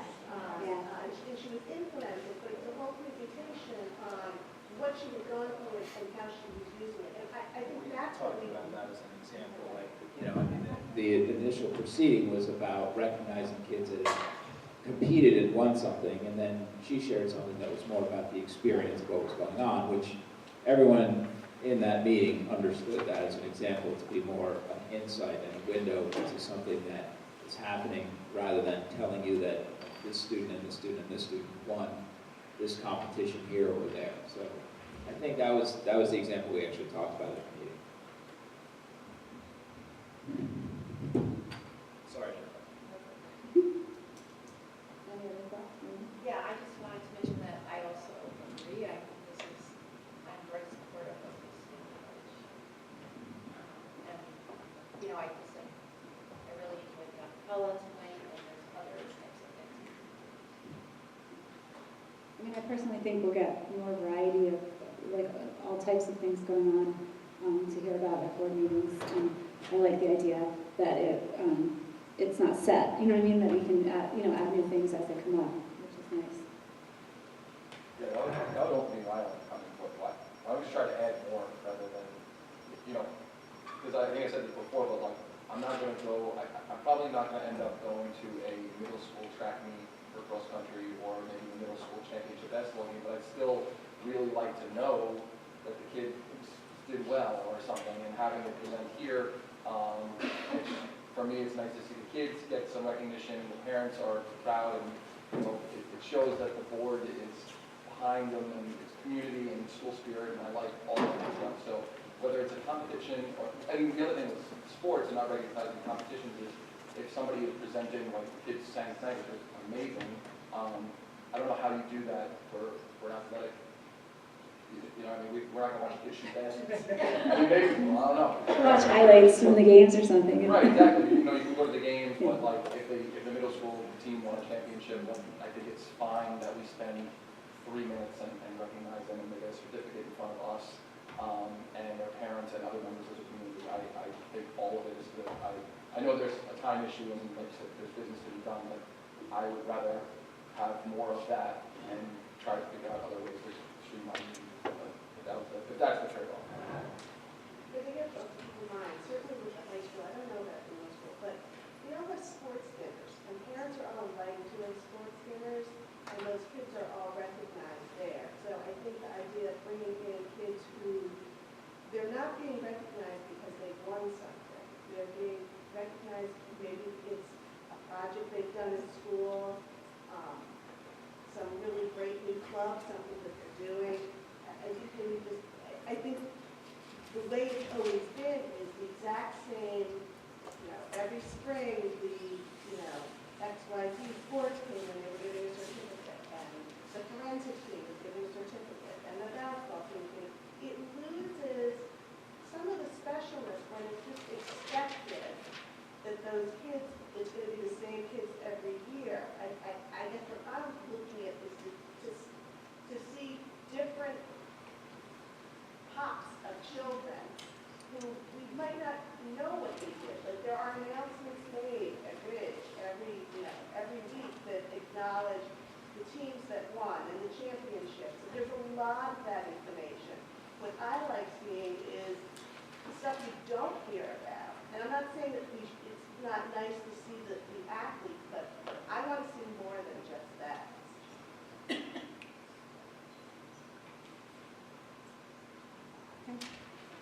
So, does anyone else have anything?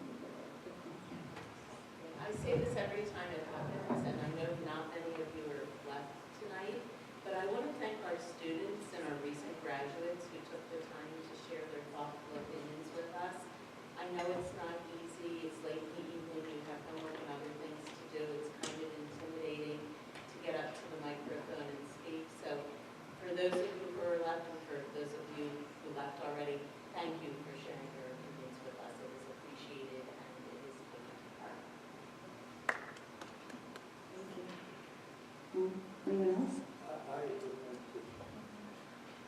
I want to come back and talk a little bit about, we talked about engineering, but we're talking about medicine too, at the high school level.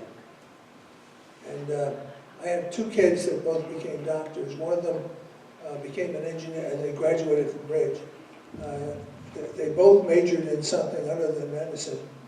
The one that I want to talk about took engineering at Georgia Tech and came out an engineer, electrical engineer, and then decided after a while, because they changed the jobs he was doing, didn't like it. So he went 1 year to pre-med school at night and got a pre-med degree, or at least credit. Then he did 4 years of medical school, and then he did 4 years of graduate school in a specialty, and then he did 1 year of a fellowship. So it took him 11 years to be able to do surgery on his own. And you say, gee, my gosh, 11 years. I thought we were studying medicine and doctoring and MD programs in high school. Well, I'm talking 11 years to get to the point where you can do something surgically. It's not something you can teach in high school or middle school, and yet medicine is on that list with engineering. So I'm just saying, be a little careful of this. Let's do it. And somebody comes up with a program that STEM or whatever it is, and they say, oh, look at this, we're going to do it in high school. You're not really going to do it in high school at all. So that's back to my engineering story. Do it, you can do it, but don't think you're going to do it in high school. It's a lot of work. 11 years to become a specialist in medicine.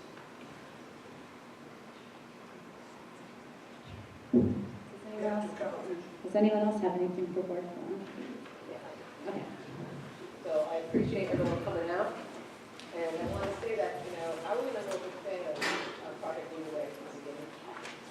Okay, so I went to those meetings, I didn't hear anyone else, there was a lot of complaints about it. So everyone was like, let's have this academy, which I don't agree with in the public high school anyway. I appreciate that the kids aren't a big fan because now they're in a program that, yeah, it's boring, but you know what? Engineering is boring. I mean, not that it's boring, but it's more math, it's more science. Let's go back to the academy. That's more fun. And why wouldn't kids want something that's more fun? It's more fun to use a laser printer. It's more fun to do CAD. I don't know engineering, I'm not an engineer. But it seems to me that the argument was that this program that hands-on in the middle school, which I appreciate for a middle schooler, she shouldn't issue fun and use these machines under the teacher's guidance, right? And the high school, sure, why not? Like, of course you want to be more fun because you're high schoolers, you're not engineers, you're high schoolers. And why not want to do more fun stuff when it comes to the engineering part of the program? So I'm just putting that out there. That's the impression I got from all of us. It's, we're not just churning out engineers here, but it is nice to try to stick your hand in different things and learn different skills that might not necessarily make you an engineer, but it'll give you, grow your interest in something different. But, I have trouble with this whole, like trying to get in, you graduate engineer, and they're going to Carnegie Mellon, and that's awesome. That's unbelievable. I'm sure Carnegie Mellon will teach you how to use these things when you're an engineering student there. I mean, that seems crazy that it wouldn't. But if our old curriculum was that much better, I mean, I don't know. I wasn't on the board then. I wasn't a big fan of the academy, so I'm sure curriculum will look at it and see what we can do differently. But that's the impression I get from the kids. They want something that's more engaging, more fun. And fun is really what there's not a lot of in school. So why not? Why not? They're already taking like a high on the math and sciences, so why not make the engineering track a little bit more fun? And as far as the orchestra goes, I don't know. Our orchestra is ridiculously awesome. I mean, I get it. But I can't believe that those kids who are in the chamber wouldn't be doing the music anyway. They wouldn't. And we're trying to teach all kids now, so we have an orchestra program that teaches. My kids were in it. My kids aren't doing music now, but they learned how to read music, and then they started in third grade with the violin, and all of them did it. Even though they didn't stay in it, but it would be a shame if they lost time because the kids who are already taking lessons on the side and doing much better than them are taking the teacher's time out of the regular curriculum to not worried about the high end and everyone else.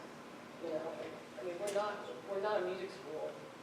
We have great, that's not taking anything away from our excellent musicians, and they're awesome. They have such passion, and I love that they came and talked to us. But, you know, there's a balance, always a balance. And it's tough, and, you know, and it was hard to understand why this all came about, I'm sure. You know, I don't understand, I don't know that they didn't agree with it, but I think that it's not part of the curriculum. It's tough to take a teacher away from the kids who need the lesson. And, you know,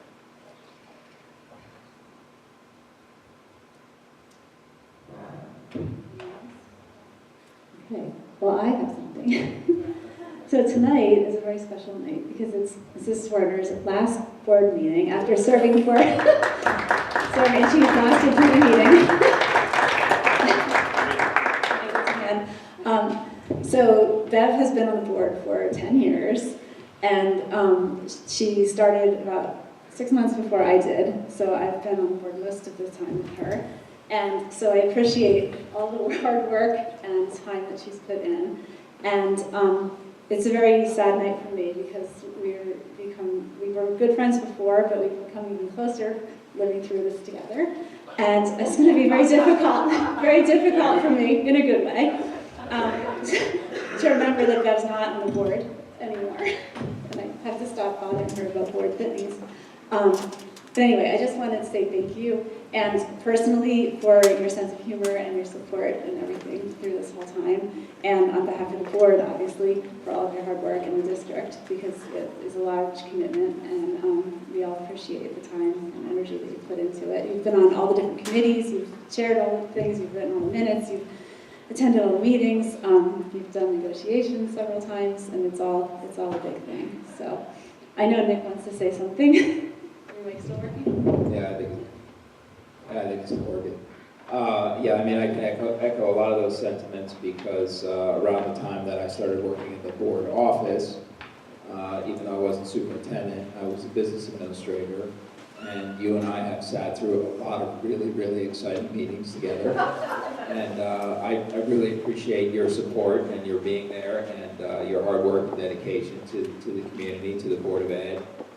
Countless times of writing minutes and staying late, coming to extra meetings and making your schedule work and having to not be at things that your kids are doing or not being at home to make dinner or whatever it was that you wanted to do and you couldn't do because you were serving the community of Berners Township. So I certainly appreciate everything you've done for the board, for the town.